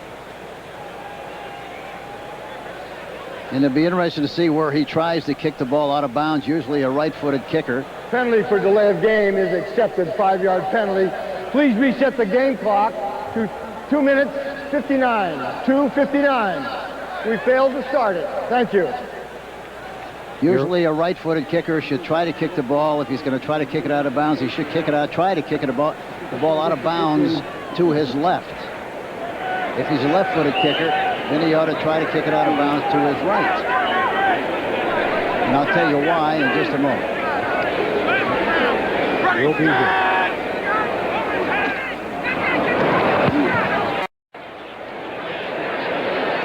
Well, he was aiming at left. Look at this. A great kick, and that's where a right-footed kicker should kick the ball. Reasoning is that if you aim left with the right-footed kicker and the ball comes off his foot, it goes right down the middle of the field and you don't lose any yardage. If you kick it right and it slides off your foot, then you have a very bad kick. So that's why I thought that they should kick it to the left, and he evidently felt the same way. He was trained to do that. Good move on the part of the kicker. Well, that extra 5 yards really helped John Kidd as he's able to get Donald Frank downfield and have him down it inside the 1-yard line. So maybe Ray Perkins wishes he didn't accept that delay of game penalty. In any event, Chris Chandler literally from the shadow of his own goalpost.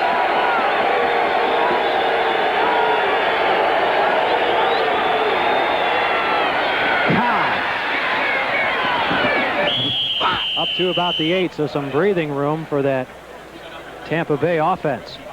We saw a play earlier today, Indianapolis and Miami early in the game, similar situation, put the Colts behind the 8 ball real early. As they had a punt down inside their 1. Reggie Roby's punt was down there, and then Jack Trudeau fumbled the ball in the end zone. Miami went up quickly and never looked back. It's the longest run from scrimmage today for the Buccaneers. 8 yards on first down. It's 2nd and 2. Look at Paul Gruber here, the left tackle. Boy, he makes a terrific block. A good block. And you know, the great thing about Gruber is that he's played for the Tampa Bay Buccaneers for 2 years and hasn't missed a game and hasn't had one holding penalty at all. Look at the block on Grossman. Kept him out of the play, but he's done a terrific job for the Tampa Bay Buccaneers. Henderson has 8 carries, but for just 18 yards, and they really haven't been able to involve him in the passing game either. That's a big gun for the Bucs, who's been silent. Doesn't have a reception in the aerial game. 3rd and 1 from the 10. Big play here for the Bucs. Cobb does not get there. A fine open field tackle by the former Buccaneer, Henry Rolling. And he didn't get there because the ball was thrown a little bit behind him. That kind of a ball has to be thrown about 1.5 yards out in front of the back, in front of the number, so he can make the catch and just take off and run right down the field. He had to break his stride and break his rhythm. Watch this. See, now he got to right himself and try to get upfield. Couldn't have got much out of the play anyhow because they had double coverage on that side and the flat was faded and covered. And he came up and made the tackle. So the Chargers pin the Bucs deep in their own territory. Now Mark Royal stands 5 yards deep in his own end zone. Nate Lewis is back at midfield. Chargers have a return on from the 44 to the 33-yard line. 34-yard punt and just an 11-yard return. Here are the problems that Gary Anderson's having today. Yeah, here we again. We talked about getting the ball to Anderson. He rushed 8 times for 18 yards, receiving nothing. Total, he's had the ball 8 times for 18 yards instead of what they tried to do with him to get him the ball 30 times. And of course, you know, if you don't get the ball somehow, some way to those top people in your offensive scheme, well, you're going to be in trouble. And that's why they're in trouble here this afternoon. There's another big gun sitting on the bench and watching, Vinny Testaverde. Butts. He looks for people to run over once he gets in the secondary, up to about the 24-yard line on the last play of the 3rd quarter. That's the end of the 3rd quarter with the score: San Diego 24 and Tampa Bay 10. Our coverage will continue after this message from your local station. You're watching the NFL on CBS.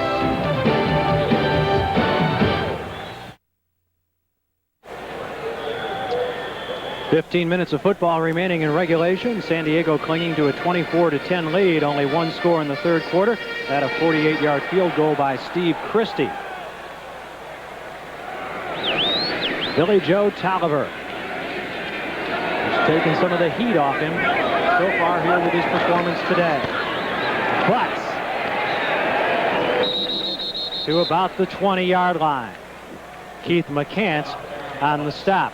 Do you feel, Hank, like maybe the Chargers have gotten a little too cozy offensively? Do you think that they think 24 points is enough to win this game? No, I think they're just expressing their talent and their ability. They've got a distinct advantage, I think, Jim, up front. They're giving a good push. They're winning the battle up front with the offensive line against the defensive line. If you watch the way they cave in the defensive line when they run right or left, that tells you the whole story. They're just winning the battle up front. Chargers didn't have a first down in the 3rd quarter. Holstein's going to go all the way for the touchdown. There you are, boys. That's it. You can't draw it up any better than that. Great illustration. They caved everybody in the inside, blocked out a great big hole, and he matriculated the ball right in the end zone. Well, they kept pounding and pounding and pounding, and finally they opened a crack. Rod Bernstein sliding through it for 20 yards. Watch the takeoff on the right side. Look at the push. Look at the, well, you don't see, there it is. Look at the push. Look at everybody going backwards in orange. There you see Randall not getting a good jump, not getting in position to make the tackle, and he finally, Hamilton can't make the play, and he goes in for the touchdown. But I'm sure, I'm telling you, they're wearing down that defensive line with that big size, the brute force of the offensive line of the San Diego Chargers.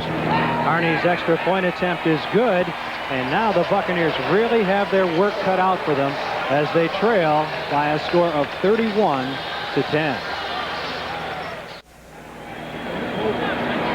You can see the domination statistically by the Chargers, reflected not only in the statistics but also on the scoreboard. They opened up very quickly, scoring early on their first 4 possessions, and they have just scored here in the 4th quarter.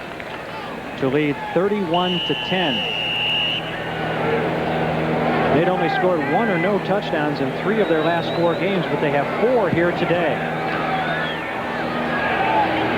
Arnie's kickoff is taken at the 11-yard line. Short of the 25, it's John Harvey.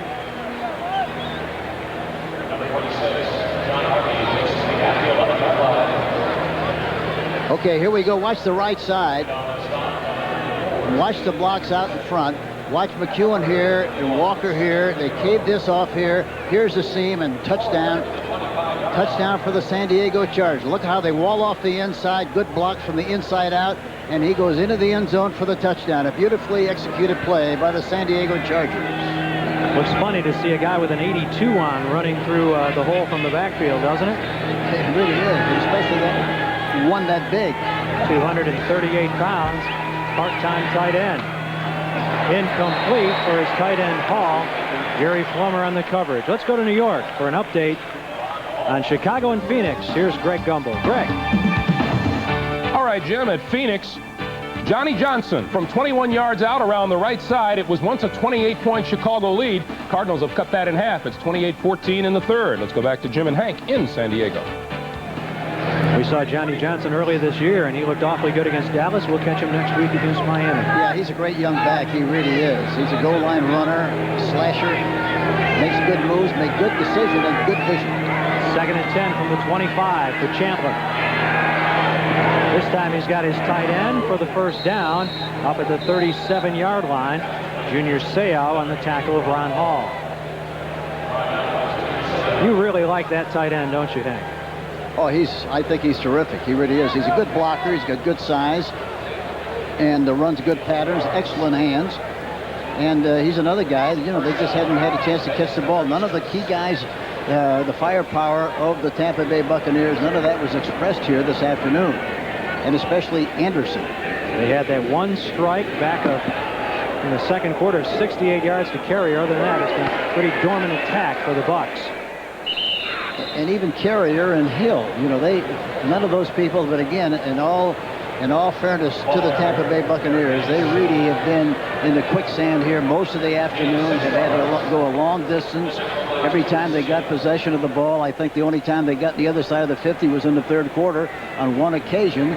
So, you know, you play that kind of a football game, boy, it's murder, especially when you're playing against a big, strong, physical team that dominates the line of scrimmage like the Chargers have here this afternoon. That's the whole story of this contest. Plummer and Seau combined on the stop of Anderson. 2nd and 3 from the 43.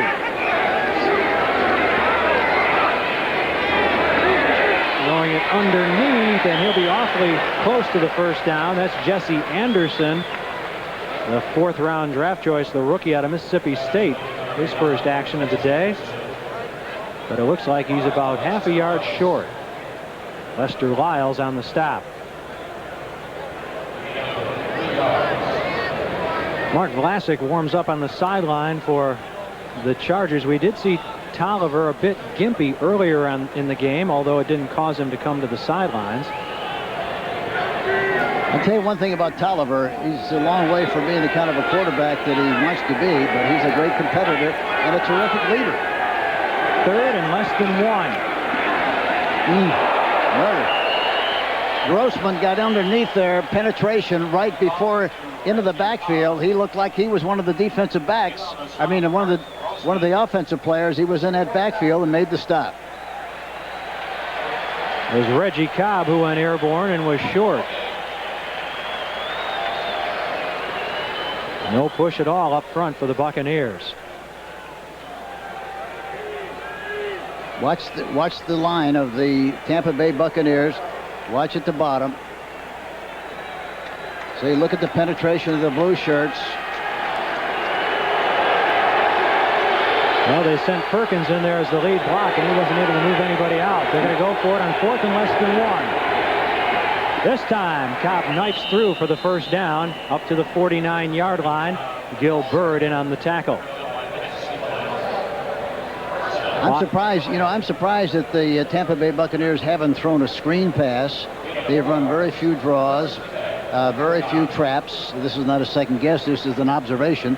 And usually this kind of a game, you know, when you got to play catch-up football, you have to change and do what you have a chance to do with the way they're playing defensively, and draws and screens and traps, and taking advantage of one-from-one coverage, if you ever get it, are very, very important. Peebles, the burner, is split out wide right. It's Carrier wide left on 1st and 10 from the Buck 49. Throwing it underneath to the 44-yard line to Reggie Cobb. That's a pickup of about 6 yards. See, you talk about the hound in the hair. O'Neal hit Chandler from the backside, and watch it. He just hasn't had time. A lot of people say, well, you know, the quarterback didn't do a good job. Look, he's got to get out of the pocket. O'Neal gets him from the backside. He's got to throw the ball on the run. And you can't be efficient, I don't care who you are, if you don't have time and room to throw the ball, follow through, and do the kind of a job you have to as a quarterback. He hasn't had that much time all afternoon. Yeah, he wanted to go long there, but like you say, he just never got a chance to really look downfield. There's never any mystery to it. You know, the game is very simple. It's blocking, tackling, and execution. You hear that all the time, but that's really what it is. And the team that plays the fundamentally the soundest way is going to be the team that wins. And that's what San Diego is doing, plus the fact, you know, as I mentioned before, they're really controlling the line of scrimmage with their big, strong people, both offensively and defensively, and that's the difference in this game. There's a look at Jeff Carlson. He is the only other quarterback in uniform today with Testaverde sidelined. He's a free agent out of Weber State. First-year man. They're looking at this play upstairs. See, look at that. Now, O'Neal gets through there. Nobody touches him. See, he's trying to get rid of the ball. The play stands. Completed catch. Yeah, he caught the ball, it looks like. They agree upstairs. Bill Fetty is the replay official here today, and he's had a quiet afternoon. 8th play in this drive upcoming. 2nd and 4 from the 45-yard line of San Diego.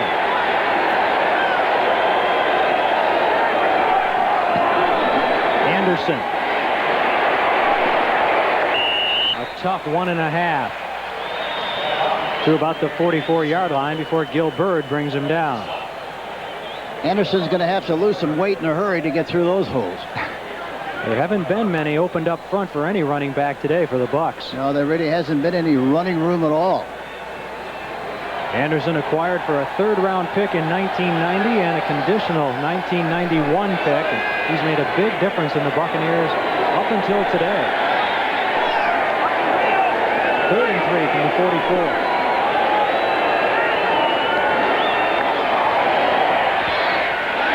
Pass is batted down at the line of scrimmage by Leslie O'Neal, who's having a very big day for himself.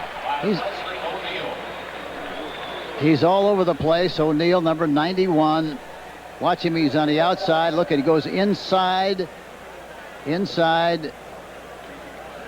Jumps up in the air and makes a good play. O'Neal has been terrific in this game here this afternoon. He's listed as an outside linebacker, but you'll usually find him down in a 3-point stance and rushing off that right defensive end position. 6'4", 259, a former number 1 pick. 6 defensive backs enter the game for the Chargers as the Bucks face a 4th and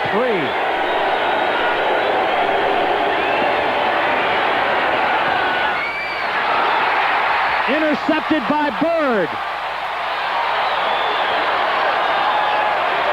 Look at him fight back to the 38-yard line. 4 interceptions today of Chris Chandler.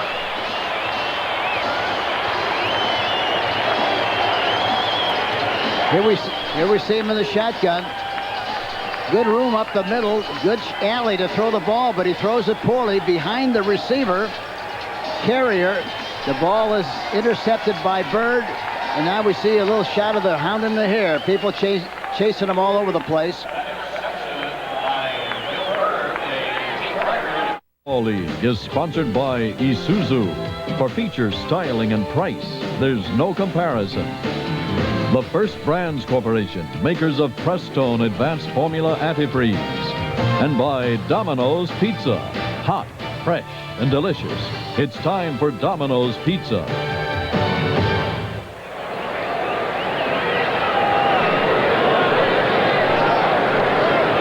Vlasic is the new quarterback for the Chargers. He hands off to Butts, and he's stopped by McCants after a pickup of about 5 yards. Tolliver departs 11 out of 24 for the afternoon, 157 yards and a touchdown. And I got to believe he was slightly shaken up, Hank. This isn't a situation I wouldn't think where they want to give Vlasic just some playing time. Tolliver must be slightly injured on that leg, I would think. I think they have to give Vlasic some time sometime. And this, here we go again. There goes Butts to the 28-yard line. Wayne Haddix eventually brings him down. 28-yard run. The other thing, Jim, we haven't had occasion to mention even Jim Scow at all. Number 71 in this game. There you see him. He's blocked at the line of scrimmage. They have a big hole inside of him. But he flies through there like it's a bag drill and picks up another first down. But you saw the flag go flying on the replay, and it goes against the Chargers. Joel Patton, just activated this week, caught holding number 78. Gil Bird's interception is a new Charger record. He had one earlier in the game to tie Dick Harris, and now he surpasses him with his 30th career interception. Playing at safety today. Usually Bird is a cornerback, but he was pressed into action because of an injury today at safety, and has he ever responded? 2nd and 14. Vlasic throws underneath, incomplete, intended for Walter Wilson.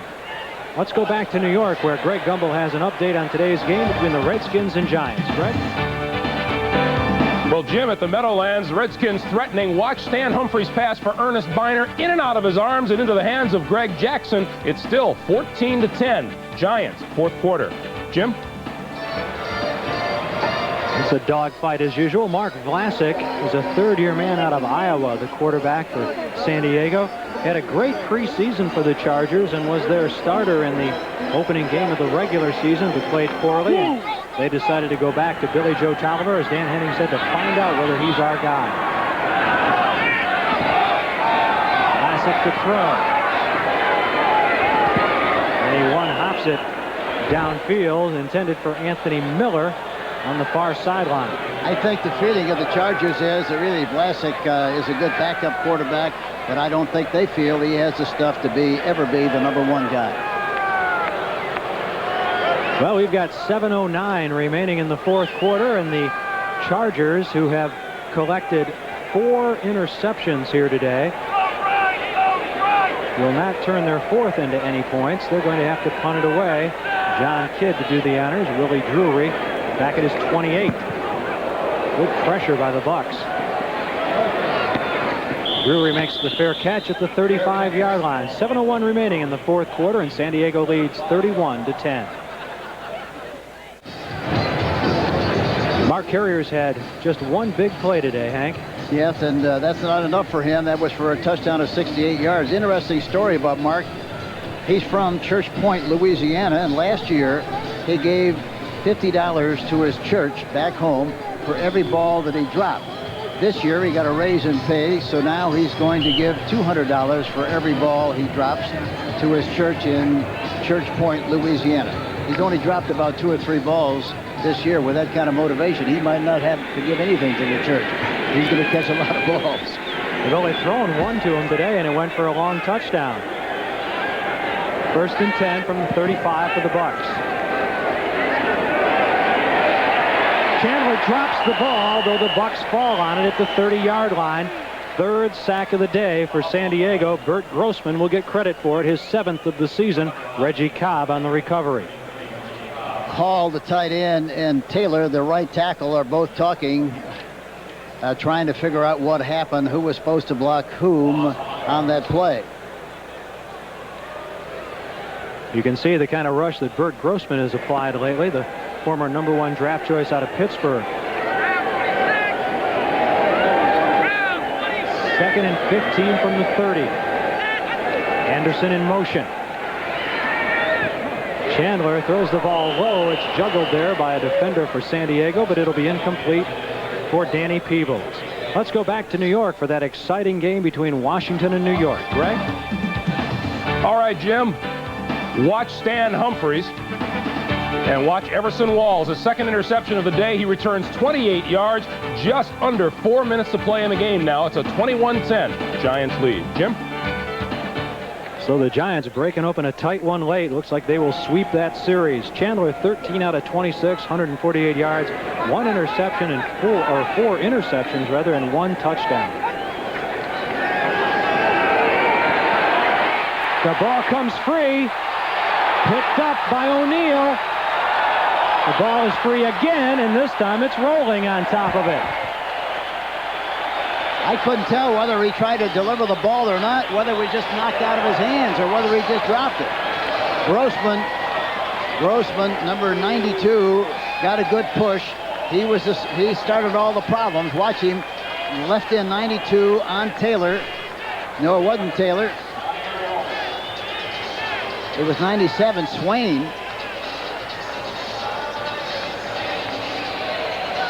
We'll take another look at it again. Swain, number 70, is the right tackle for Taylor now. And there you see. That was Leslie O'Neal who had it initially. Yeah, O'Neal picks it up, and another great field position for the San Diego Chargers. And Gary Anderson wrestled it away from him. Straight ahead on the carry as the Chargers bang it inside once more. Rod Bernstein with the carry. Been a tough day for Chris Chandler. Yes, it has been. 4 sacks and 7 hurries and knocked down 11 times, batted balls twice, interception 4. That just tells you one thing. The pass protection was not adequate this afternoon. Certainly he threw some bad balls, but usually it was under duress. And I don't think it would have made any difference who played quarterback this afternoon, the way the San Diego Chargers have controlled the line of scrimmage. It's probably a blessing that Vinny Testaverde didn't play, because the way the pass protection was here this afternoon, he might have got socked a couple of times and re-injured that toe and would have been out for 2 or 3 weeks instead of just 1. I'm sure he'll be ready to play again next week, and I'm sure they're going to be glad to have him back. Reuben Davis is shaken up and being taken to the sideline. This game has gone exactly so far the way Dan Henning wanted it. He wanted to run the ball, he wanted to play pressure defense, and he wanted to play on a short field. Well, that's what he wants to do every time he plays. That's his philosophy. Jim, as you know, and we talked about it yesterday to him, but it's interesting to see. A lot of times you talk about the plan and it's not executed, and they're not able to express that plan. They expressed it perfectly this afternoon, and it's a great compliment to their coaching staff and the way they prepared for this game. John Cannon replaces Reuben Davis. It's 2nd and 8 from the 13. Bernstein again crashing forward inside the 10. Don't forget, next week, the NFL Today at 12:30 Eastern gets our day's activities started. Join Greg and Terry, Pat and Leslie. And then you'll see Chicago against Tampa Bay as the Buccaneers return to the west coast of Florida to take on their big rival in the NFC Central.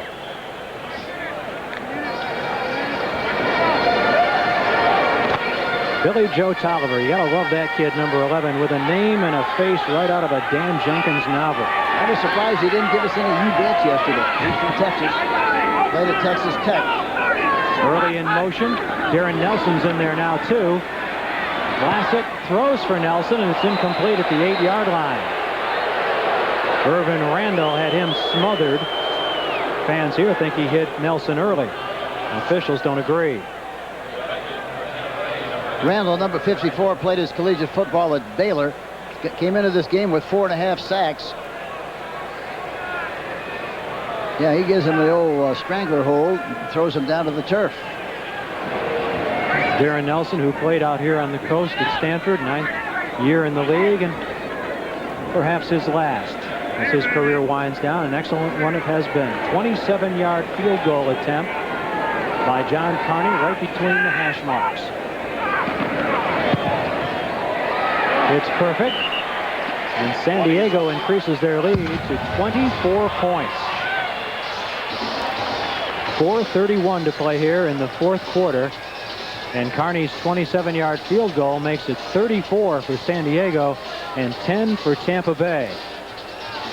For the Chargers, they look ahead now on a very difficult portion of their schedule. They've got to go to Seattle, come home to take on Denver, and then go to Kansas City, among others. But they're the kind of a team that, you know, I think anytime that you run the ball like they run it, you play defense like they play it, their specialty teams are one of the best in the league. I think anytime you have that combination, you've got a chance to beat anybody, provided you don't lose the game. If you don't lose the game, you're not going to get beat very often. And Ray Perkins apparently has subjected Chris Chandler to enough of a beating today, and Jeff Carlson is warming up on the sideline, number 7. We anticipate that he will enter the game here as many of the fans depart for the freeways in San Diego. 40,653 were on hand. Carney, I was impressed with Carney before the game. We talked to him, Jim, on the field, and he was very kind about his remarks about the Tampa Bay Buccaneers. He volunteered. He said, gee, I really enjoyed playing in Tampa, and I'm very pleased that the Tampa Bay Buccaneers are doing better than they were.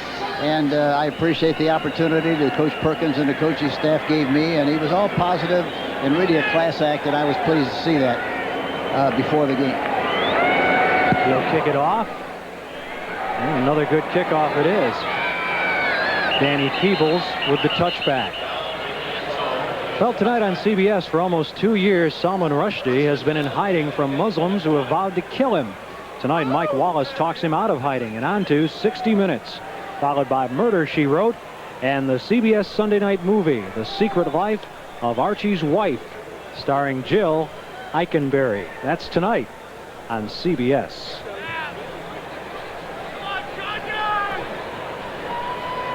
So the Chargers, it appears,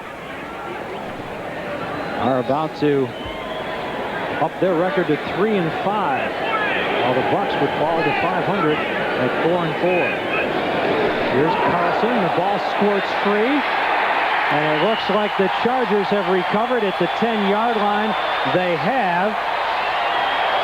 And it's Gerald Robinson on top of that football. Yet another Tampa Bay turnover. 6 of them today. Robinson, number 88 or 98. It looks like he backed away, never got the ball from the center. And here he comes in very cold.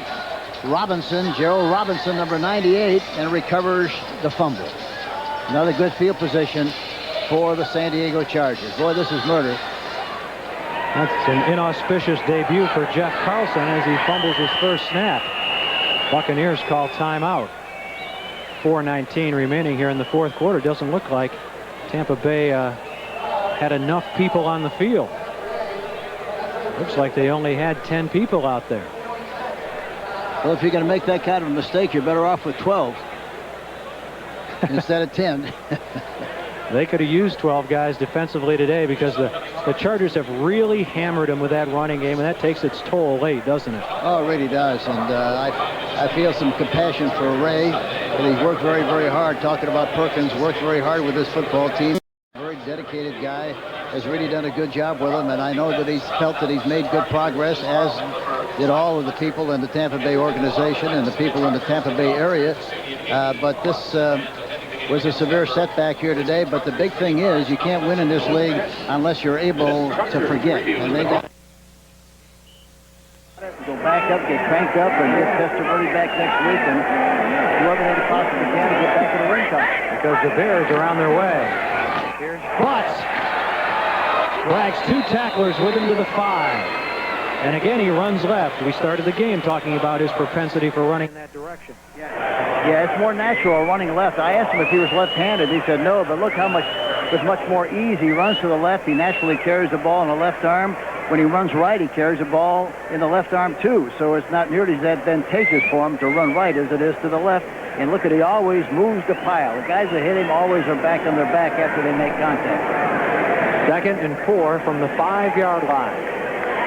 3:40 to play here in the fourth quarter. San Diego very much in control.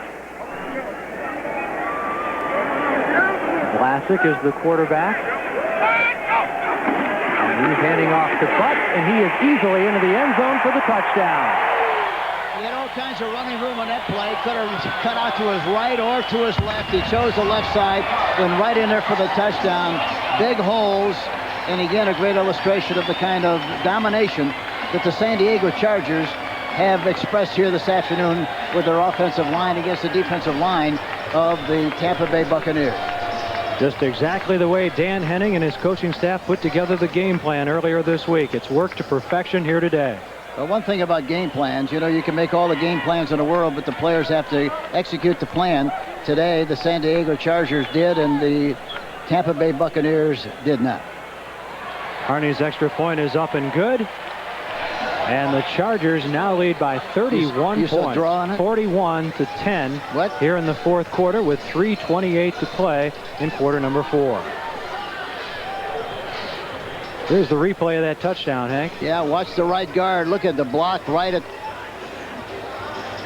the big hole on the right side to our left. Look at, and he cuts to the inside, and he's got enough strength to go through a would-be tackler. Here we see Butts again. Look at the vision. He had a chance to cut right. He decides to cut left. Look at the good lean. Ran over somebody going into the end zone for the touchdown. But that's the kind of vision and the kind of strength and power he has. But he runs with a very, very good lean. We asked him yesterday who his hero was, and it was interesting, his response. He said William Andrews, who played at Auburn. And you think about it, he was very much in Butts' role. He was a blocking back at Auburn for the likes of Joe Cribbs and never got any headlines in the NFL. Well, the thing about Andrews had a good career in college, and then he came right into professional football and became a very dominant figure as a running back. And it's easy to understand why he liked Andrews like he did. He wore 31, and Butts said that he wanted number 31. He wore it in high school and college, but he couldn't get it when he came here to the Chargers. Carney will kick it away. He's been doing a lot of this afternoon. Goes off Peebles. The ball is covered at the 15-yard line. Looks like the Chargers have it, and they do. Coming away with it is Terry Orr, just acquired 2 days ago, the former H-back of the Washington Redskins. Watch this. It comes right off his knee, it looks like. Look at the both of them together. Went right through for a two-point play, hit his knee on the way out, bounced right out of there, and Terry Orr, number 37, recovers the fumble. Things really disintegrating for the Bucs here in the late going. They were really only in this game momentarily in the second quarter when Chris Chandler hit Mark Carrier under a blitz for 68 yards. That cut a 14-0 lead to 14-7. But then the Chargers scored 10 more points in the second quarter, and really they have never been threatened in this game. Well, Ray said last week after he lost the game, he said, we were discouraged. Sportsmanlike conduct, number 53, Tampa Bay. He is disqualified. Half the distance to the goal line, first down. Start again. Ray Perkins said he was disappointed last week with his loss, but he was not discouraged. He's going to have to do a good selling job this week as he gets ready for the Bears. And you know, it's unusual that last year with the kind of a team he had, he beat the Bears 2 times. So that's something for them to hang their hat on and look forward to next week. Yeah, and all their success this year has come in the NFC Central. They've had a hard time out of the division and out of the conference here today. Bernstein cracks his way to the 5. Been a long, tough afternoon for the defensive line and the linebackers of the Buccaneers. Well, next week we'll be seeing those Dolphins, easy winners today over the Colts. And it's amazing the way they're playing defensively, Jim. They're really doing an excellent job. They've gone from one extreme to the other from a defensive standpoint. The Chargers usually rush for an average of 135 yards per game. Today they're at 149, and they have controlled the clock, and they have apparently controlled their fate in winning their 3rd game of the season. Second down from the 5. Bernstein up, over, close to the goal line, fights his way into the end zone, but was the play blown dead prior to him breaking the plane. He looked like he had enough push. Looked like he had enough push to get in there, but we'll see. All it has to do is cross the plane. Here you see the push. Look at the push. He goes into the pile. And it's hard to see with all those bodies.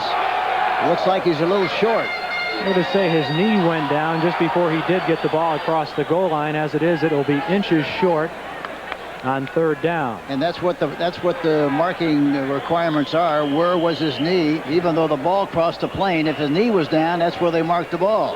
2-minute warning. With 44 teammates, Chris Chandler is still alone with his thoughts, and they can't be happy ones as he contemplates a long ride home to Tampa Bay. Well, he thought this was going to be a great opportunity for him to be able to express his skill and ability with this young football team, and he felt good about coming into the game, thought he would play very well. But again, I think you got to discount what happened from a quarterback standpoint. This game was lost up front. 3rd and 1 from inside the 1. Classic to Bernstein. Flag is down. He is apparently short of the end zone, though the Chargers are signaling touchdown.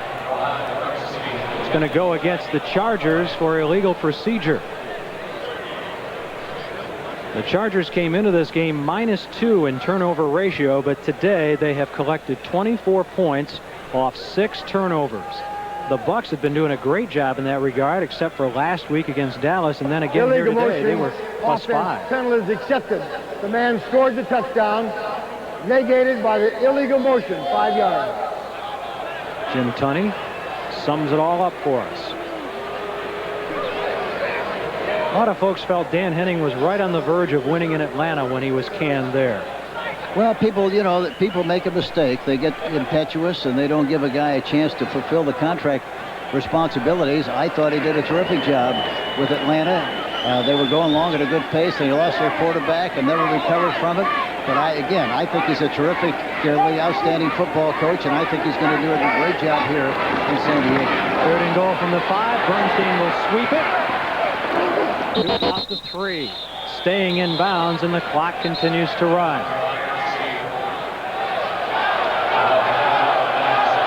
You saw a shot earlier of Jeff Carlson, who wouldn't like his afternoon to end on that fumbled snap, the fumbled exchange with Grimes that has put the Chargers in position here to score yet some more points. You know, Mr. Culverhouse, he's here today. Mr. C, he's got to be very disappointed. I think, he's been very generous as far as his football team is concerned, trying to sign top players as Anderson and Chandler and all the other guys. And I think he's probably, I don't think without a doubt, talking to people around the league, I don't think there's a more respected owner in the National Football League than Mr. Culverhouse. 4th and goal from the 4. They'll run it conservatively with Bernstein, and he fights his way close to the goal line again, but he does not get in. Obviously, the Chargers could have kicked a field goal, which would have added to their lead. Instead, they virtually run out the clock on this game. He doesn't really care that they didn't get it in the end zone. He doesn't want to embarrass the other coach. Well, that's all. That's right. It doesn't make any difference. The game's over. There's no difference whether he makes the touchdown or whether he doesn't. And he certainly is a class guy, and he doesn't want to act like he poured it on the Tampa Bay Buccaneers. So now Tampa Bay will drop to 500 at 4-4, and another game back of those Chicago Bears. Green Bay a winner today, as were the Detroit Lions. Minnesota continues to flounder at 1-6. Well, the thing about it is, people have to remember they still won 4 games, and so they've got 8 games to go. If they could, is that right? 8 games to go, right? Yeah, if they have 8 games to go, they could win 6 of those. They'd be in 10 games. They'd be in the playoffs. That's the way you have to look at it. That's the way you have to sell your squad and what the situation really is. And I never forget one year Paul Brown lost 6 games in a row, and then everybody squeaked about the fact that he was ancient history, that football had passed him by, and all those kind of things that you normally hear. Then he won 8 in a row, wound up in a playoff, so anything can happen. Bobby Beathard, a happy general manager on the sideline, the architect of this San Diego team. Tampa has to run one more play.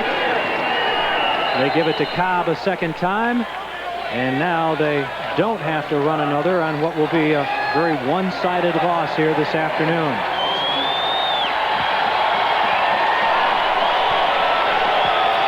Dan Henning almost ready to